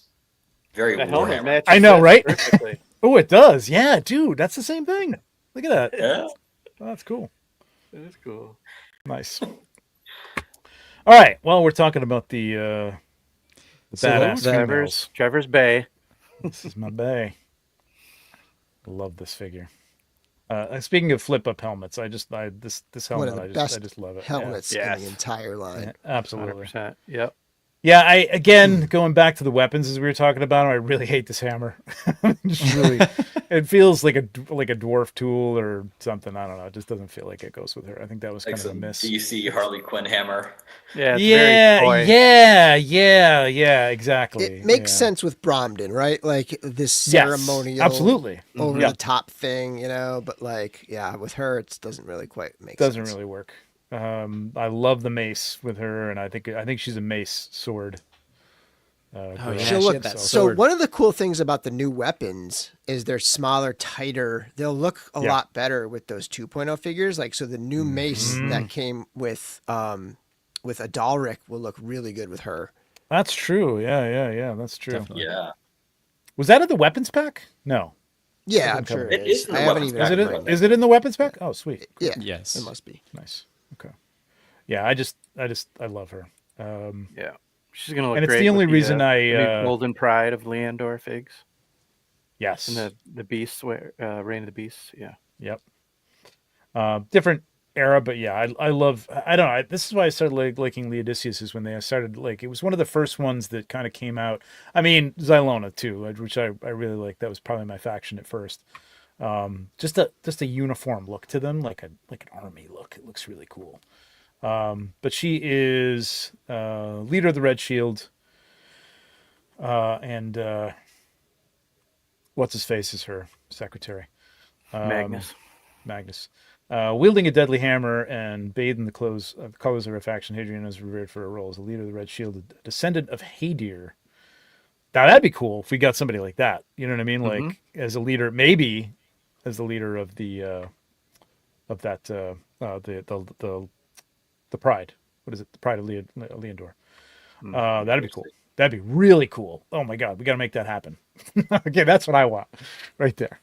I want Hader to be like one of the leaders, and part of an honored and decorated ancient bloodline. Well, it's ancient, so there you go. Hader's got to Yep, be. Yeah, that could work. It's got to happen. Adriana has long craved to add to the glory of her proud heritage and hopes to reclaim it by fighting and defeating the glory of Erether once for all. I just like her the angry look on her face too. I relate to that. It's good. I like it. She's all business. I love that lion on her chest. Yes. Me too. Yeah. Yep. It's really So good. cool. Yeah, I love the look. I just like the look of Leodicius altogether. They look more. Obviously, they're probably less grounded in reality, right, Elliot, in terms of looks of armor. I mean, they operate like an army, though. You got a bunch of people with tabards. You know what team they're on. I mean, it's close enough. But I You mean, got this style of specialized armor. I mean, I guess people. you'd have like a piece of cloth over the armor, and this is an actual thing. I've seen these bibs before, right? Like as a Like leather Yeah, or I mean, metal. some sort of leather. That looks like it's possibly even just another plate over the plate. It could be a double Yeah. layered Okay. plate, or it could be a Okay. bib of some sort. But either way, it looks great. It's Yep. realistic enough. You got triple layers. It's awesome. Yeah, Looks great. the red, silvers, and golds in this faction are awesome. Yeah, that's what I love. Yeah. All right, where do we want to go next, kids? I made a you know what? custom over Here's it. where we should go next. Yo, go. Oh yeah. Let me see. You got The it? drawing. And this is actually pretty simple, but I love it. Ooh. It was just a head off of like a McFarlane DC That's Wonder cool. Woman, and she just That's really cool. I like it. it just fit on there perfectly. Drilled it out, of course, but like fit on there perfectly. picture And is she's got for- gold in her armor, so Yeah, there you go. Like the headband, I didn't even repaint that. Yeah, That's that's great. that size is perfect. Yep. Yeah. Yeah, it's a really good size. It really is. Which line is that? This is McFarlane? just a McFodder figure. Wow, nice. I mean, fodder. That's what I call him. I like it. I just use him for fodder. Yeah. Yeah, it looks great, Joe. I picture her having short hair. I don't know why, Yeah. but I also pictured as a spirit bender being bald, so I was wrong about that as well. Let's go over here because I did want to do this. Let's. This is what I wanted to go. All right, turn up the night. It's been a little over an hour, so we'll get this going in case anybody's got to take off. Turn up the night. Hashtag turn up the night. This is for a $25 gift certificate for Horsemen, storehorsemen.com. Yeah, it's not going to get you a complete night, but it'll get you a down payment on a night. So there you go. Could Which is also all help a lot of chip people can away at afford the anyway. dragon too. That's true. Yeah. That's true. Just hang on to it. Yep, for sure. So I'll give you like 30 more seconds. Where do we want to go after this, guys? Do we want to any place you want to turn to? Anybody you want to talk about specifically? Do you want to go Sir to like Ignatius Sir is- Andrew or somebody like that? You know what? Sir Andrew, I'm really looking forward to. I was going to say Okay. Sir Ignatius is really, really cool. Yeah, But Sir okay. Andrew, I'm actually really looking forward to Sir Andrew a lot. You know, that's why I like Yosef, because we're getting that pearlescent look again. You know what I mean? Back with the Yeah. from Sir Iggy. That's such a cool look, man. Like this figure, as old as it is. I mean, there are people who are saying this when they reissued it too. It's like it's so gorgeous, man. It's like really, really beautiful. That white is just insane. It is, yeah. And they did it with Ukchek too. I think he's Yes. got Yeah, the for the pearlescent most on part, there. yep, pretty much. And then I think Gadriel is like the last one. I think there's 4 of them all together. Gadriel as well. All right, here we go. We got 66 entries. There's 111 people in here. First of all, hit that like. Thank you very Yeah, much. don't have to worry 113 about people. shipping for this. So I know. No There's reason shipping, not and to you don't have enter to wait this. for it. I'll have it in your inbox tomorrow morning. So, Yeah. or tonight. So get that. Turn up the night. Turn up the night. Here we go. We're gonna do this in 10, 5, 9, 4, 3, 8. 2, 1.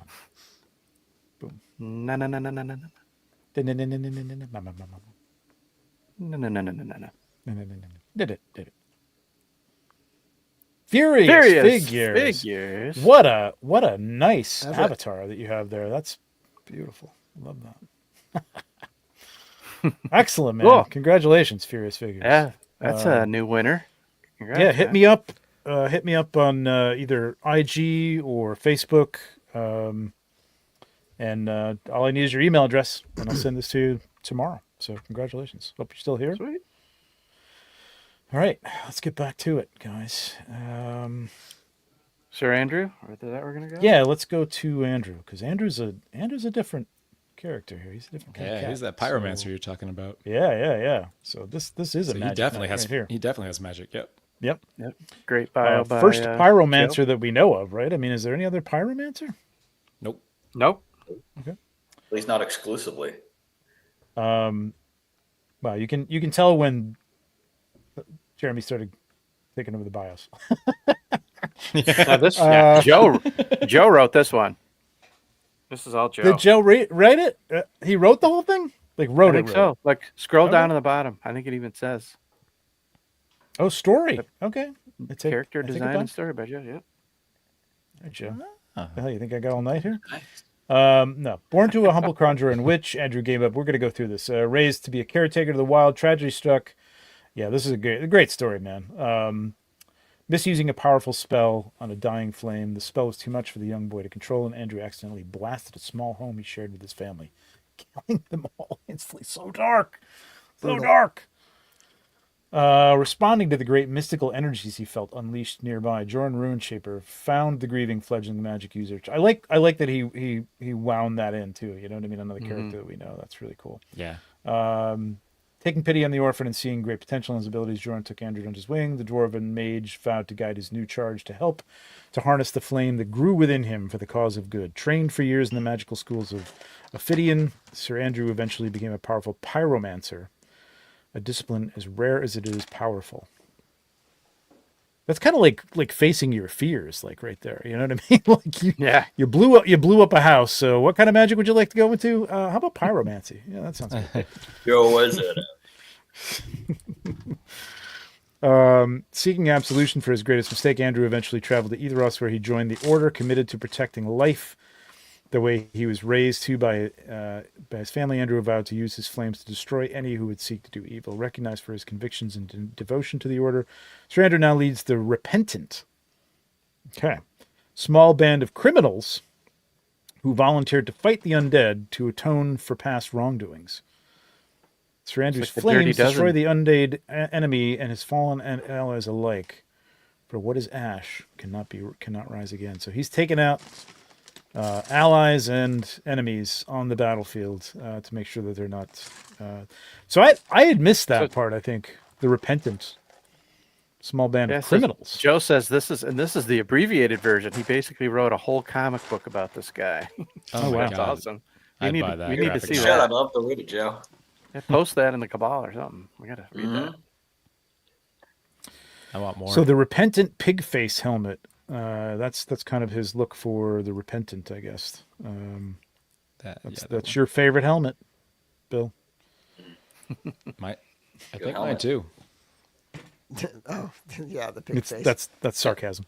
Is it sarcasm? I love that helmet. Yeah. That's a Do great. you like this one? I think- Yeah. Yeah. I don't Yeah, like any it. of I them. just think it's just Too big. It just feels too big. Oh no. Yeah, I kind of like the way it in the so, frog so one much. does too. Yeah. Yeah, I guess we all have our own taste, but yeah, I like that Yeah, helmet. I It feels love very, this very flame. historically accurate. Looks great. Now, what do we? You know what? I'm looking back on this. Like, what the hell did I do with that magic? The sort of the snake magic. He doesn't have a staff. It comes out of a sword, right? This, I Or guess. his hand? I suppose. Yeah, I think it's probably more of a hand magic type of thing, like a blast or something like that. I suppose. Yeah, he Never definitely really has like got to that use that elven on the- sword. So maybe it's a totem he uses to channel it. It could be. Yep, could be. And he's got that long shield too, right? Yep, he's got the kite shield. Kite. Yeah. So he's got the same visored helmet as Sir Adalric. So his faceplate should swap into Adalric's as well, but he does have a different visor, a completely different visor that we haven't. Yes. It doesn't come. Yeah, with that's that. true. Yeah. Right. So the helmet itself is the same, Yeah. just a different visor. Yeah. Yes. Yeah. So this faceplate will be interchangeable, which I love that. Yeah, me too. It's going to be interchangeable. And also with obviously the Silver Knight 2 that just came out. I love this. This is so cool. And also the And Blue Shield Soldier. you know, I mean, again, like you were saying, Joe, like, and you were saying, well, I guess you were saying, Bill, that this line is not, you know, I mean, again, I'm dealing with prototypes and stuff, but all this stuff, I keep thinking, wow, it's going to get more and more fiddly and difficult to deal with. But Dalric is great. That's great. He doesn't have the cape like this, but like the pauldrons work really well. I think everything's like just pegging in really nicely, and all the Yeah. soft goods are working really, really well. I think they've dialed that in completely. There was a couple, I guess, early on with the. For the most part, they've been pretty good, though, I gotta say. I mean, the soft goods are always gorgeous. It's just a matter of them like fitting on the body and not having a problem with pauldrons and stuff going through them or around them or whatever. But yeah, Joe says is the great. helmet. I think we're talking about the pig one. Oh, the the pig downsized one? from the original. I wonder if that's what. So he's this is a talking different about, size referencing. than the original. Interesting. Joe, can you clear that up? And he also says that magic can wrap around an extended sword. An extended sword. So just a longer. Oh, I guess if you one. have it held out, like, and it goes down the arm or whatever, I suppose. I guess so. Hey, Elliot, I could see quick that. question. I feel like you'll Yes, be sir. able to answer this. Put it on backwards, What is too. the pig-faced helmet called? It's a bassinet style helmet, right? Yeah, the helmet's also called a bassinet, and then the visor is called either a pig face or hundskull, a dog face Yes. skull. Hoon's So called either way, that. yeah, bassinet. Cool. Nice. The Yeah, more I'm really you looking forward to know. this figure, man. Yeah, it's beautiful. Yeah, this is definitely one I'm looking forward to a lot. And in the same wave, is it this wave or Ashes? It's in the Ashes wave. The skeleton, Gold Skeleton 2. I feel like it has really similar colored armor to this guy. I definitely am gonna probably use some of my extras of this and turn the Gold Skeleton 2 into like another knight. I'll use Yeah, the parts for and sure. This is swap 'em around. It's a good call. that's a good call, man. Yeah. Yeah. That's gonna work really nicely, I think. Actually, Yeah. that's a really good call. I always consider Balam to be a knight as well. Oh yeah, Is- Jaguar Knight. Yeah. I mean, we can go Armored let's- up, let's- head to Just toe. because he's like the same build as all the other knights, it just feels knight very. I guess it's knight-like. like, yeah, he's a magic user, so I never think of these guys as like knights. Like he's just like an armored mage, which Yeah. is interesting. Right. Yeah. It's just the reuse of the armor, I guess. Yeah, I think so too. But he also does come with the helmet, so it does kind of. Yeah. He Yeah, can it- be a knight. Yeah, that's true. He Yeah. can Right. transform into a knight. That's you wanna use him as well. a lot of people here. One thing about Sir yeah. Andrew that's kind of neat. Yes. Is he's got like the similar, like very similar pauldrons to Sir Adalric, but I didn't notice this before or Yes. realize it maybe. But he's got a chain going across his pauldrons. Like Yeah. Is that on the cape? For the or is cape that- thing, I'm assuming. Sir yeah. Andrew. Oh, is it the cape? I Yeah. just saw the picture real quick as we were going off of I him. think it's on the cape. Oh, okay. Yeah. It must be on the cape, right? Yeah. Clarify if probably that's right about right. But he's Joe. got I'm the pretty two. sure I remember He's that got the being on two cape. circles. He does. Yep, yeah, he yeah, yeah. does. He's got those. You're probably right symmetry about there. that cape thing. Thanks for Yeah, clearing no that shield up. guard. Who did I pass here that I wanted to talk about? Yeah, Joe's confirmed. Chain is connected to the cape. Okay, that makes more Let's go sense. Gadriel. I mean, we kind of talked about her people, but I love this figure, man. I think this I gotta say, I don't know if what do you think? Do you think they need a version 2 of Gadriel? I think she's pretty good as she is, man. I don't know. Yeah, I I do don't know what else too. they would do to her. I think the sculpt is great. She's got that armor that looks really nice and detailed, and I don't know. I guess she doesn't, but I would love to. I I, don't just think like she her as does. a figure. I guess the question would be, is there a larger need for new parts that you would use on a Gadriel 2, right? Like, do they need to make new 2.0 Knight parts is essentially the question. Right. And the answer might be no. Yeah, I wouldn't she be was mad if they designed gave it so to us. wonderfully. Yeah. I'm looking this at her on works my pretty shelf, well, and she man. looks really cool up there. So She really does. I have her on a flight stand. She kind of flies over all the rest of Ethron. She's up Same. on the top with the sword and the shield. I'm like, she's yeah, same here. really badass. I really want more angels. I mean, I know they're gonna kind of look like this. I don't know what you could do to like. I think they need like a big, like long haired dude. They just need like a big, like a real, like somebody who's just kind of got a little bit of an ego, like a little glam. Like Fabio. Fabio with wings. Like totally Fabio, Cirrus Angel, I'd buy Fabio with Badass. wings. kind of a dick, but he's pretty good. So everybody's like, well, he's pretty good. So They just put up Like a bare-chested angel. yes, yeah. Oh yeah. Well, that should have been Joe though. Yeah. So they said that we wanted to do that. Bushati I'm so will glad want they that. didn't. Yeah, that would have been a little too on the nose. Yeah, Joe little Vespolo much. says like Jason Momoa. Picture Jason Momoa as an angel. Yes. Perfect. Good shout. All right. Yeah, the Where are we skull gonna would go? have Where do we me want to go? Constantly smirking. You wanted to talk about Sir You Iggy? want to go? Oh, sorry. Yeah. Yeah. Let's. Iggy. Oh, well, we got to talk about. We did talk about Sir Oxjack, but Greg is here, so we're gonna have to talk about Sir Oxjack. But yeah, Sir Iggy, Sir Ignatius' absolute faith is a source of inspiration for the Brothers in Arms. Once a denouncer of the order and its flawed ways, back when I guess the oligarchs were there, he was an integral part of the order's reformation and Sir Gideon's rise to leadership. After so many years of frustration with the very institution that he swore to serve, Sir Ignatius is finally at peace with himself as a warrior in this time of great unrest. Yeah. So he's like from Pretty leftover from Gideon's dad's time. Hmm. Because it says Gotta there in be that up first there in line. age, huh? Yeah. So I'm picturing he might be like an older knight. Mm-hmm. Picture maybe long hair, gray haired, beard knight. So I guess he's got to be Sort of. pretty good in order to not be like kind of forced into retirement into the Gold Knights, right? Basically. Yes. Yeah. I feel Or it's similar he's just about so like Sir, around Sir so long Owain, that they're too. like, let him be. He definitely feels like in his role, I know it says knight, but I feel like his role could say champion as well because he looks like a champion character. Mm-hmm. Just that armor, that pearlescent armor, that Gorgo helmet style with the wings on it, Right. and just he just. So you he think looks he's like more he'd of be a like a ceremonial, not necessarily right hand man, but kind of within the inner circle of Gideon's like confidants or something like that, and they let him sort of continue to be. maybe his I kind of look at stationed, I him as guess.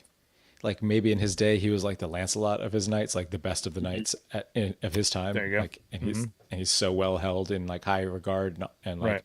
even though when the order was misguided at the time when he was in it, like he couldn't be like bought, like he was still a champion of righteousness and good, like a shining example even in his time. Yeah, that's cool. cool. I like that storyline. Yeah, Mm-hmm. yeah, very much like the like a Lancelot. That'd be cool. That's reading into Like it a little bit, but I don't know. No, I like it. I was like that's really good. So it's- That's kind of Yeah, what we're doing J-Mac, here. You know what I with mean? you, I'm not gonna man. get into that. Yes. Glad he's getting reissued because I missed him too. Yep. I'm Can't glad wait it's getting till it reissued comes as back well out. because the paint on mine is bleh. Is it Sir Owain that I wanted to talk about? I do like like his. his bio. I like his Swordsmith. Yeah. He's friend. He seems Yeah. friendly. Yeah, he's kind of like he's the funny guy, right? He's the funny A one. jovial knight. He's the world renowned for intricate details he pours into every blade he creates, and equally revered for his prowess wielding them. Possibly more important than his skills with the sword is Sir Owain's jovial good nature. In the direst of times, even the thinnest sliver of light can help fracture the darkness. I almost picture like him like being like if they had a heavier body back then, you know what I mean? Like a Yeah. kind of just like a you know what I mean? He's just like I kind of a see guy exactly what who's you're saying. outgrown his armor a little bit and has to have it taken out every once in a while, and A little bit of a Yeah. paunch. just Yeah. a fun Yeah, guy. he reminds me of that if you guys played Dark Souls, Solaire, you know, praise the sun. Really Yes, happy, yeah. Back at it. Always Exactly. laughing. Yep. That's a cool was glad color. they One of my reissued favorite. his- One of my favorite nights. This is one Yeah? of the best. Yeah. You've Yeah. done some great pop and swaps with him too, Bill. He has It is a that great flat color. black throughout that is just really good for mixing in with other figures. Yeah. Yeah, just that little touch here Yeah. and there, but Those it little sets them apart the so other well. black pieces and stuff that you can pop onto there that make it look really cool and coherent. Yeah. Yeah. I'm good glad looking they figure. reissued him because he got so expensive for a while. Yes. Yeah. Very, very cool. Very cool. Who did you want to talk about, Joe? Wait a minute. What is the one I'm looking for? I'm looking Zach for the was one the that one you were. Okay, I gonna was well, say. looking for Ukzak. Let's check. We've kind of we touched on recently because we just opened this wave, but I love the fact that this is another like Valgard, another race that's introduced into Finding the light. yeah, it's really cool. I love the fact that he's an ogre. It's a great bio. Yeah. It's a great bio. It's a great bio. I'd like to see him. Absolutely. I'd like to see him keep doing that and putting more races in the Aetherons, the Order of Aetheron. Yes. Yeah, me too. Yeah, that'd be cool. Yeah, And they he's a could use paladin as well. they could use a Oh, Jack hey. Wallian or something like that. You know what I mean? Ooh, Yeah. Jack Walling. That'd be cool. Yeah, love this figure. I also love found the it colors on this figure. It's fantastic. I also found it funny. I didn't know this, but Sculpt's somebody amazing. posted something on somebody posted a meme or a picture of this on the Cabal. I didn't know this, but he's yeah? got a butt. He's got a butt on him, and somebody posted. He does that have a that's little Mythos. butt underneath there. Yeah, That's he's Mythos got a little- ass. The donk a That's donk. right. That's right. I saw that. That's Mythos' ass. I would have never lifted up his skirt to look back there, so that was great. I think they all do. Don't all the ogre scale figures do? I think. Does they have a little? No. Yeah? No, I don't think Hold so. on, It's I've like got almost one right like a next to piece of me. armor, right? It's weird. It's the same. Hold on. Okay. God, who did I want to talk about? This was like Oh my god, you're totally right. I've never looked at the butt of any of these ogres before. They do have butts. all the ogres. It ain't ogre until it's ogre. Kurzog's got a butt. Yeah, they're exactly the same. It's just that Okay. Greg's is like, I think That it's is never painted painted. like and it's- armor, like for some reason. Yeah, I don't know. Just looks Well, different. but they're all chainmail butts. They're all like a chainmail butt. It's just some are paint. You know, Greg's is painted. Oh, look at that. That's amazing. Thick. They call them black cheeks. My milkshake brings all the ogres to the yard, and they're like, "Oh, it's better than yours." Keep it family friendly. All right, enough of that. Enough of that. Who am I thinking of? Was it Godfrey? Galeron, maybe. Godfrey? You already looked up Godfrey. No, we looked at Godfrey. Never heard Galeron of has him. It's not a has an interesting Wayne. one. Sir Do we know Galeron. more That's about who it is. Godfrey? That's who it is. Yes. Oh, That's who it was. Yep. This is interesting. This is one I wouldn't mind seeing redone in new with the new armor in this color or something. I mean, I know it kind of is Sir Andrew. Sir Andrew, you know, in some ways, but I don't know. Again, I'd love to see some heads with these guys, even as a post thing. His bio kind of makes you think, though. Like his bio. Yeah, when there's you a read lot it. going on here, so it's like I kind of want to see more.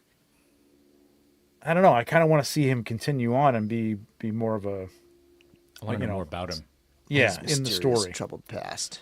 Right. Yeah. Most noble and heroic allies, a subtle darkness lurking beneath the surface. As a spearman and standard bearer in the Etherian army, he invariably seeks to be on the front lines in every battle. So he's got almost like a death wish to some degree. He's the or opposite of Maybe he us, just or- thinks he's or- that or good. I Wayne's. don't know. Yeah. Yeah. Galeron is fueled not only by his innate goodness, but by an unquenchable thirst for revenge, which kind of flies in the face of your goodness, but whatever. Against those responsible for a mysterious event in his troubled past. Yeah, that's an interesting Unquenchable piece thirst. we want to know about. Unquenchable. I think his family Maybe got killed by one of the vampires, Oh, and that's Oh, Interesting wording too, because unquenchable. You can't quench a fire. You know. yeah. well, he's got a purple plume. The vampires all like have a lot of purple. I like that Joe Vasabrolo said that Galeron may be one of Sir Andrew's repentants, Well, I was just gonna. Well, what if? but he's not criminal.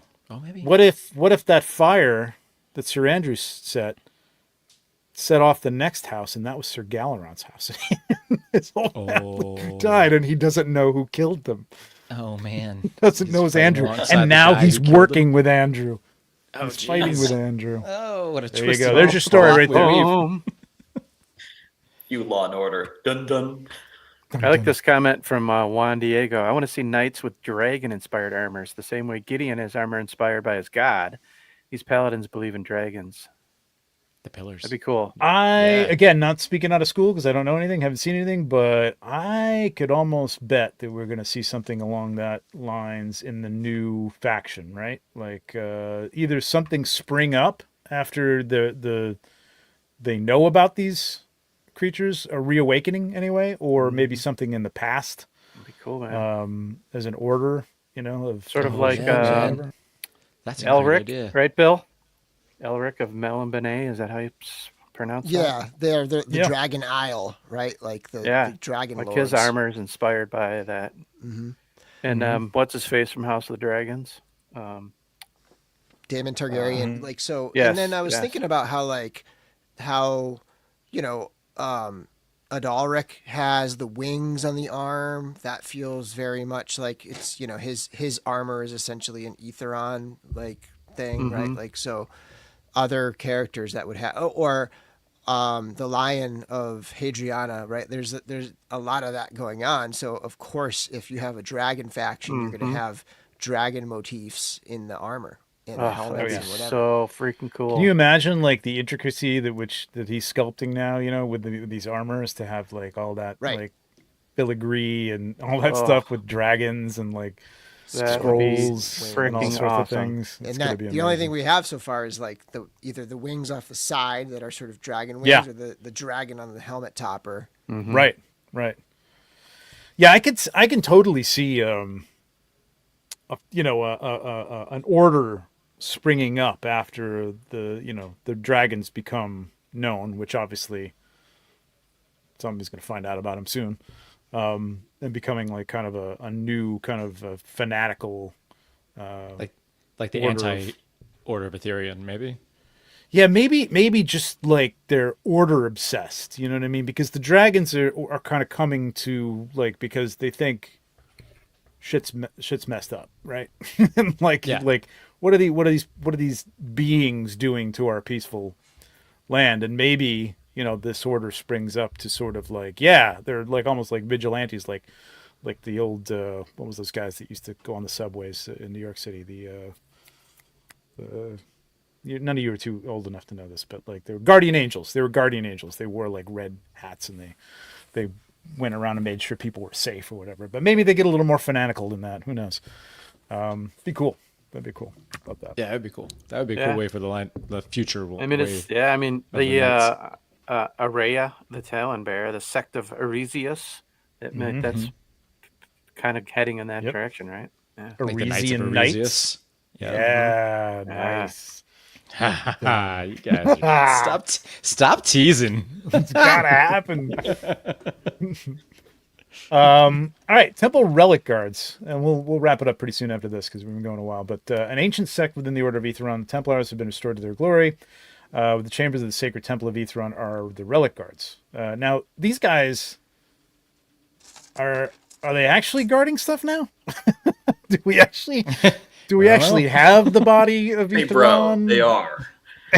And we have the Heavens brand. I mean, he's carrying the Heavens brand now, so we know that's there. But I mean, these kind of feel like the guys who like took over for the old Templars, who were like, a small group of, who guarded the thing. And now the Templars have become more of a fighting force, and the Templar Relic Guards are the guys who guard the sacred relics and all that stuff. So well, it says that they guard a secret known only to them. So like I feel like that maybe has not been revealed yet.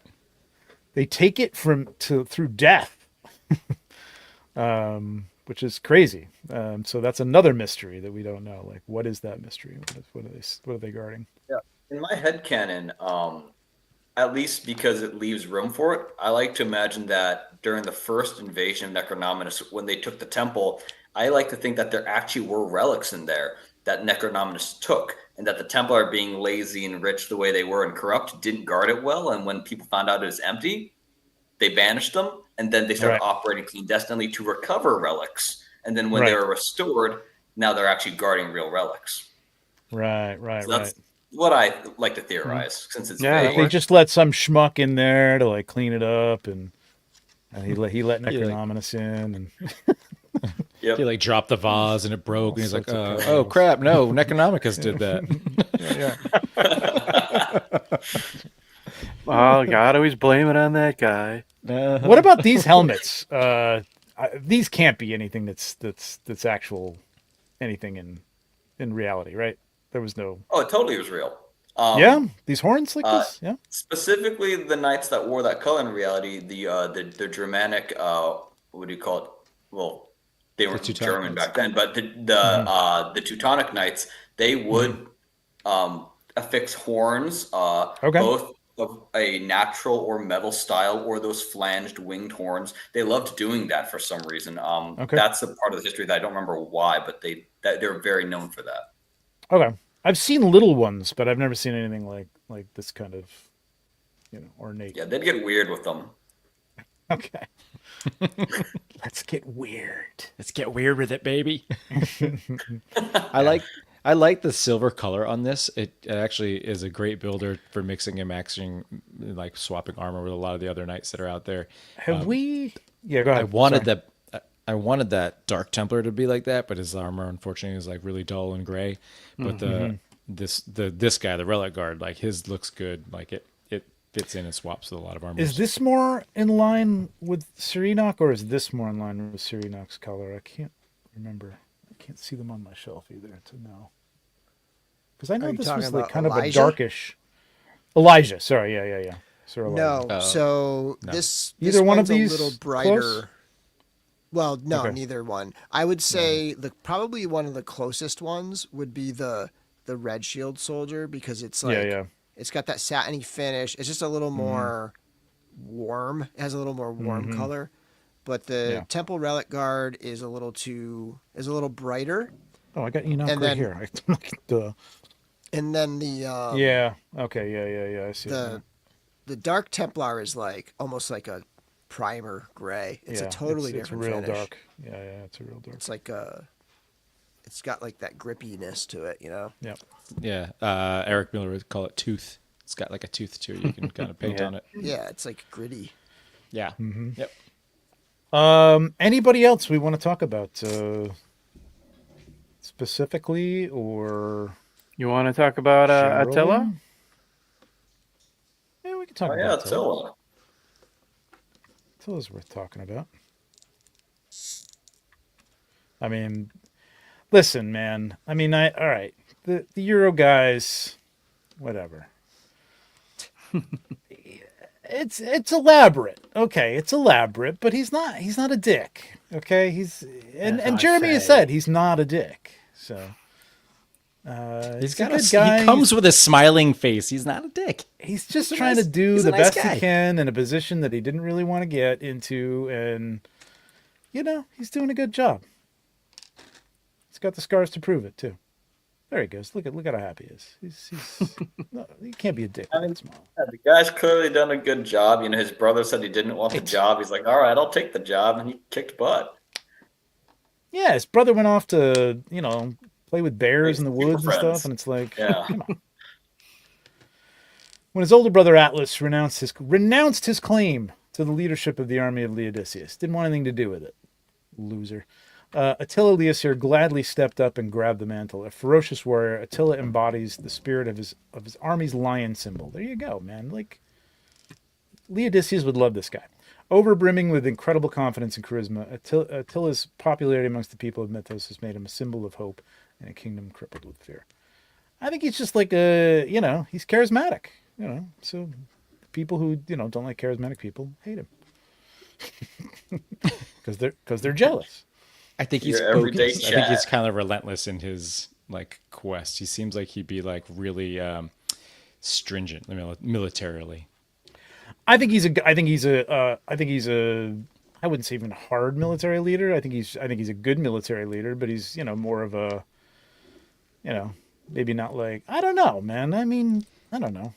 His I don't know, first like bio, the guy you like come up and you pour some Gatorade on him, like the coach, but like I think his first bio doesn't paint him as nicely as his second bio. Yeah, His second true. bio, and the fact that he comes with like a smiling face plate kind of softens him up a little bit. He reminds me of Richard Lionheart in reality, where he was known to be exceptional logistician and exceptional general and warfighter. And Yeah. he let everyone know it, and he would argue with anyone who disagreed with him. He just knew he was good at war, and anyone that had a different idea is like, well, I'm better than you, so go with my plan. That created a lot of problems. That's Yeah. an incredible confidence that it says. I guess I can see that. I always thought that he would listen to his advisors. He's got advisors. Why have advisors if you're not going to listen to them? Up for looks, I suppose, but I don't know. What does it say? Attila Leosir gladly stepped up and grabbed the mantle. Oh, this is the same thing, right? This is the same. They've changed this to be. Is this different Yeah. on the first Nope, I boxes or think same something thing. like that? Okay. Super know if chat there's a from different- Joe R for $5. Hey, what's Let up, Chad? your Thanks. 4 horsemen know that you want an unhelmeted knight's head pack, folks. You're welcome, guys. Anytime. definitely. Yes. That's for me. That's Joe R. Duh. Sorry. Throwing up my little Wu-Tang Slow on the symbol uptake. and reaching out for The help on Wu-Tang, those I night didn't head see that. packs. That's great too. Nice. Thank you, Joe R. Yeah, guys, and please, write your congressman as well as your four horsemen, favorite four horsemen. Let them know you want unhelmeted night sights packs. And here's we followed up from Raziel. Yeah, it's Raziel. Josh Chambers. Which original 1.0 knight character would each of you love to see a V2 in the Legacy line? All right, let's jump out of these and we'll just I'll sit here and talk for a second here. Which original 1.0 knight character? What version 1 knight character? Version right? 1, 1.0. Sir Iggy for me. Would each of you? Definitely Sir Ignatius for me. If we're going by like the first wave. Okay. Yeah, I'd like to see Sir Valgard actually redone because dwarves can still be knights, no height requirement. He's cool. Yeah. I would almost go along with you there. I'm just looking through the list just to see if there's anything else, but that was kind of like my first thought. Even when we were talking about him, I'm like, I'd love to see a Sir Valgard too. But now, would they do a Sir Valgard too? I mean, they wouldn't reissue him, so technically you'd still have, it's an original figure, and not a lot of people have him. But I don't think they'd ever said they wouldn't do a version 2 of him, so it's a possibility. How about you, Bill? I probably have to go with Valgard as well. Yeah. Yeah. It's hard to think of any others really that would be in that. I know. I'm looking. I don't have them, so it'd be a good way to get them for me too. But I think it'd be great to see him version 2. I mean, I'd love to see that. I mean, we're kind of, well. What is the body on Yosef here? Yeah, we're kind of gonna see like the new body type in that color, because I was gonna say Sir Iggy in a new body style would be pretty cool, with some maybe just upgraded pauldrons, some new accoutrements would be pretty cool. Like you said, Joe, like he's more of a, what did you say, a champion? Yeah, and like even having those winged. I was just gonna say, I'm looking at Alaric next to me, like those wing pauldrons and like that would be pearlescent white armor. That would be a pretty good use, I think, of a 2.0 for sure. Like maybe give him a visored helmet this time. Yeah, like similar, because he's got the winged helmet, right? So like maybe like similar to like Gideon's new helmet. Yeah, for sure, like that with the visor.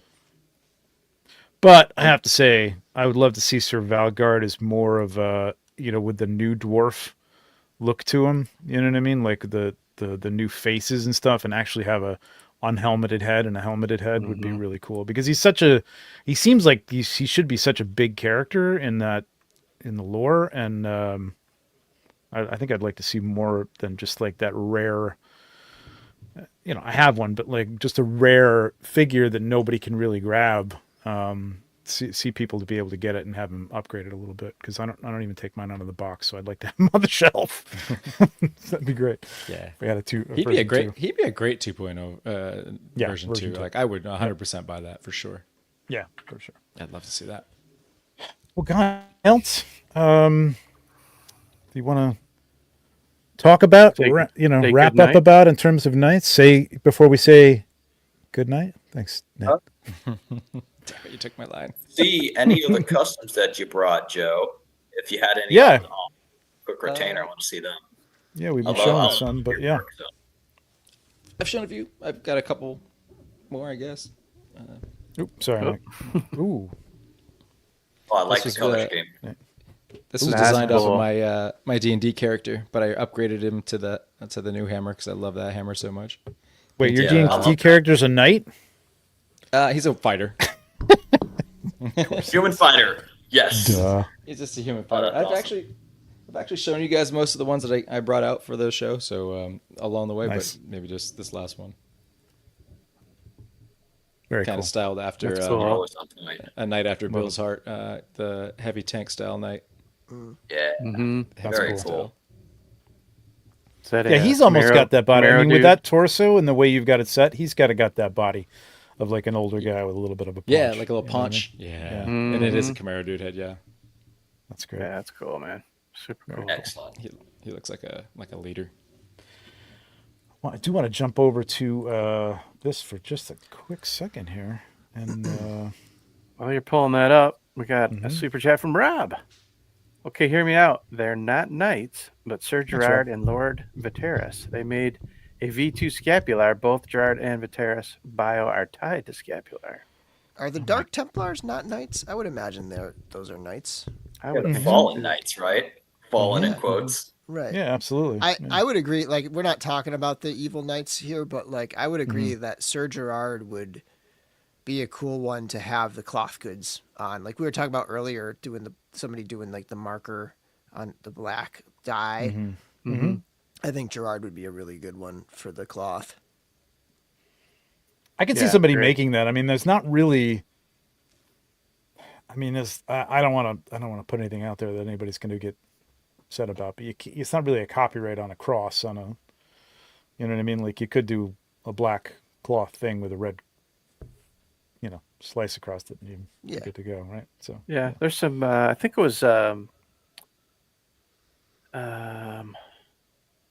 Yeah, who else does? I'm blanking out on the soft. Who makes soft goods? I know who you're talking about. Isn't it the bird guy? Watching birds, but Yeah, it is yeah, watching yeah. birds. Man, what's his name? Bob, you're obsessed. Oh my God. Who are you talking about? Max Bird? Yes, Max Bird. Max Bird. Max yeah, Bird. yeah. Oh, He did he a has a he did a set. cool soft good set for Sir Gerard. Yeah. For Sir Gerard. Hmm. I don't remember if it was a torso. though. I Harker don't did know a if it great was. set. Harker did Yeah. an awesome Gerard cape. I mean, that's who. Yeah. That's who I'm thinking of. Yeah. The Harker did it. loincloth. Yep. Yeah. That was really cool. But I think none of them did a torso though, right? It's just a loincloth Right. and a cape. Just the loin and a cape. Yeah, Yeah. just a cape. Yeah.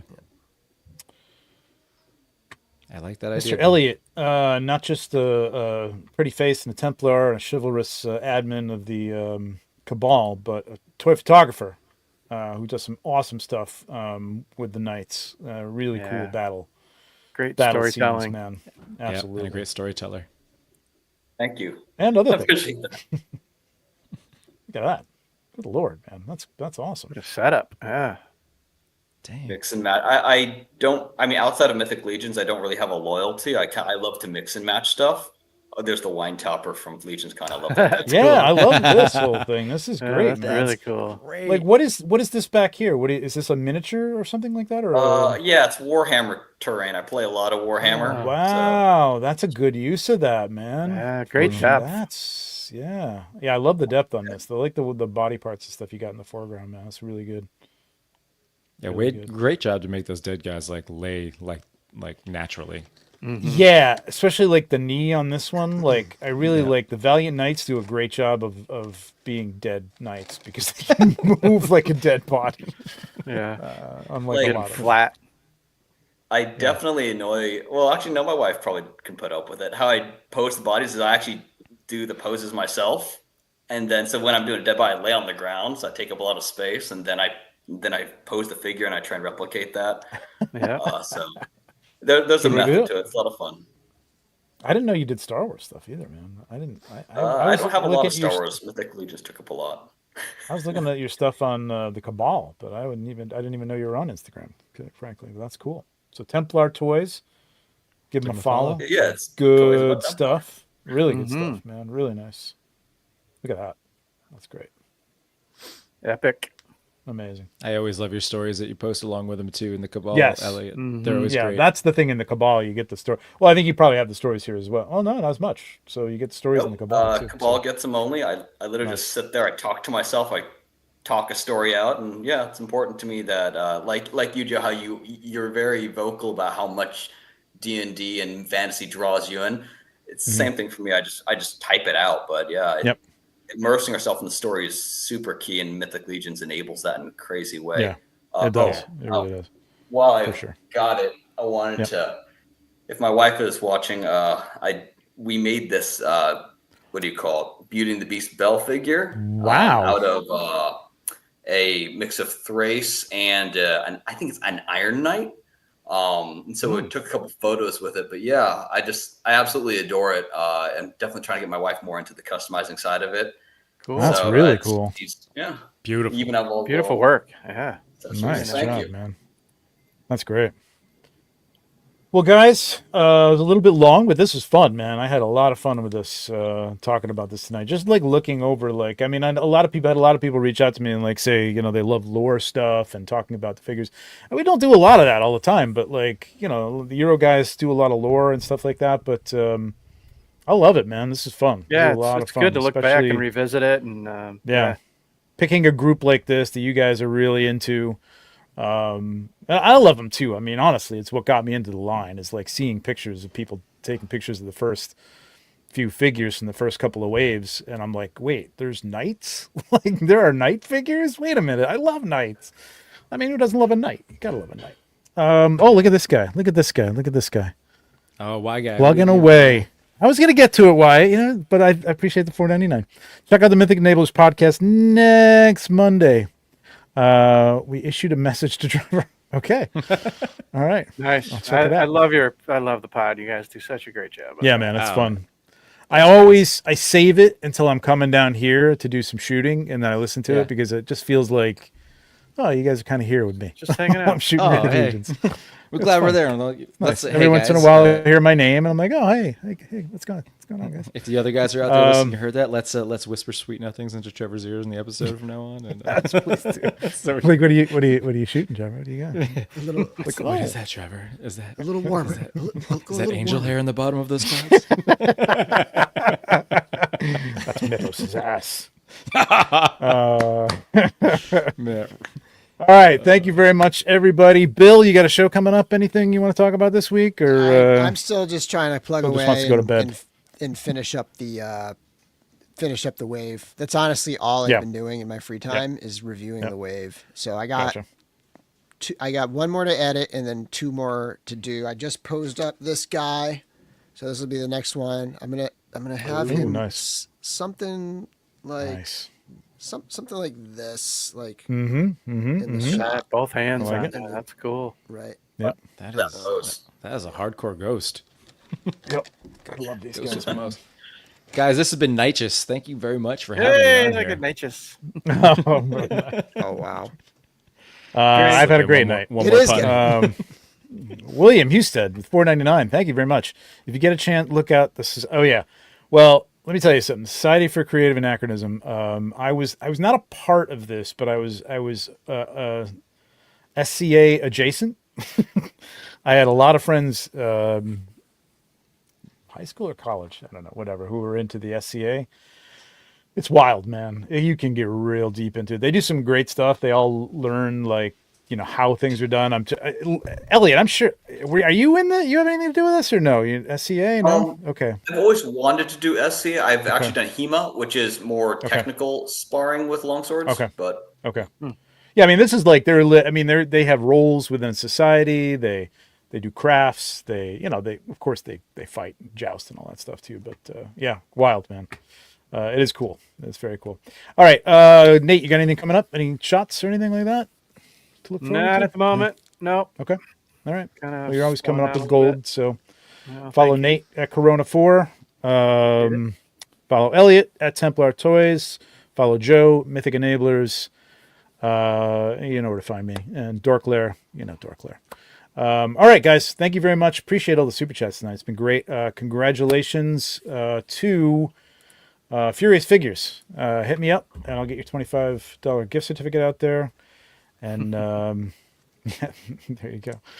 And thanks, guys. Appreciate it. We'll see you in a couple weeks. Got some pretty cool guests lined up for that one as well. So if all goes well, be a cool show as well. All right. Awesome. Thank you very much, and we will see you in a couple weeks. Good night. Good night. Good night. Good night. Cheers. Nighty night. good night.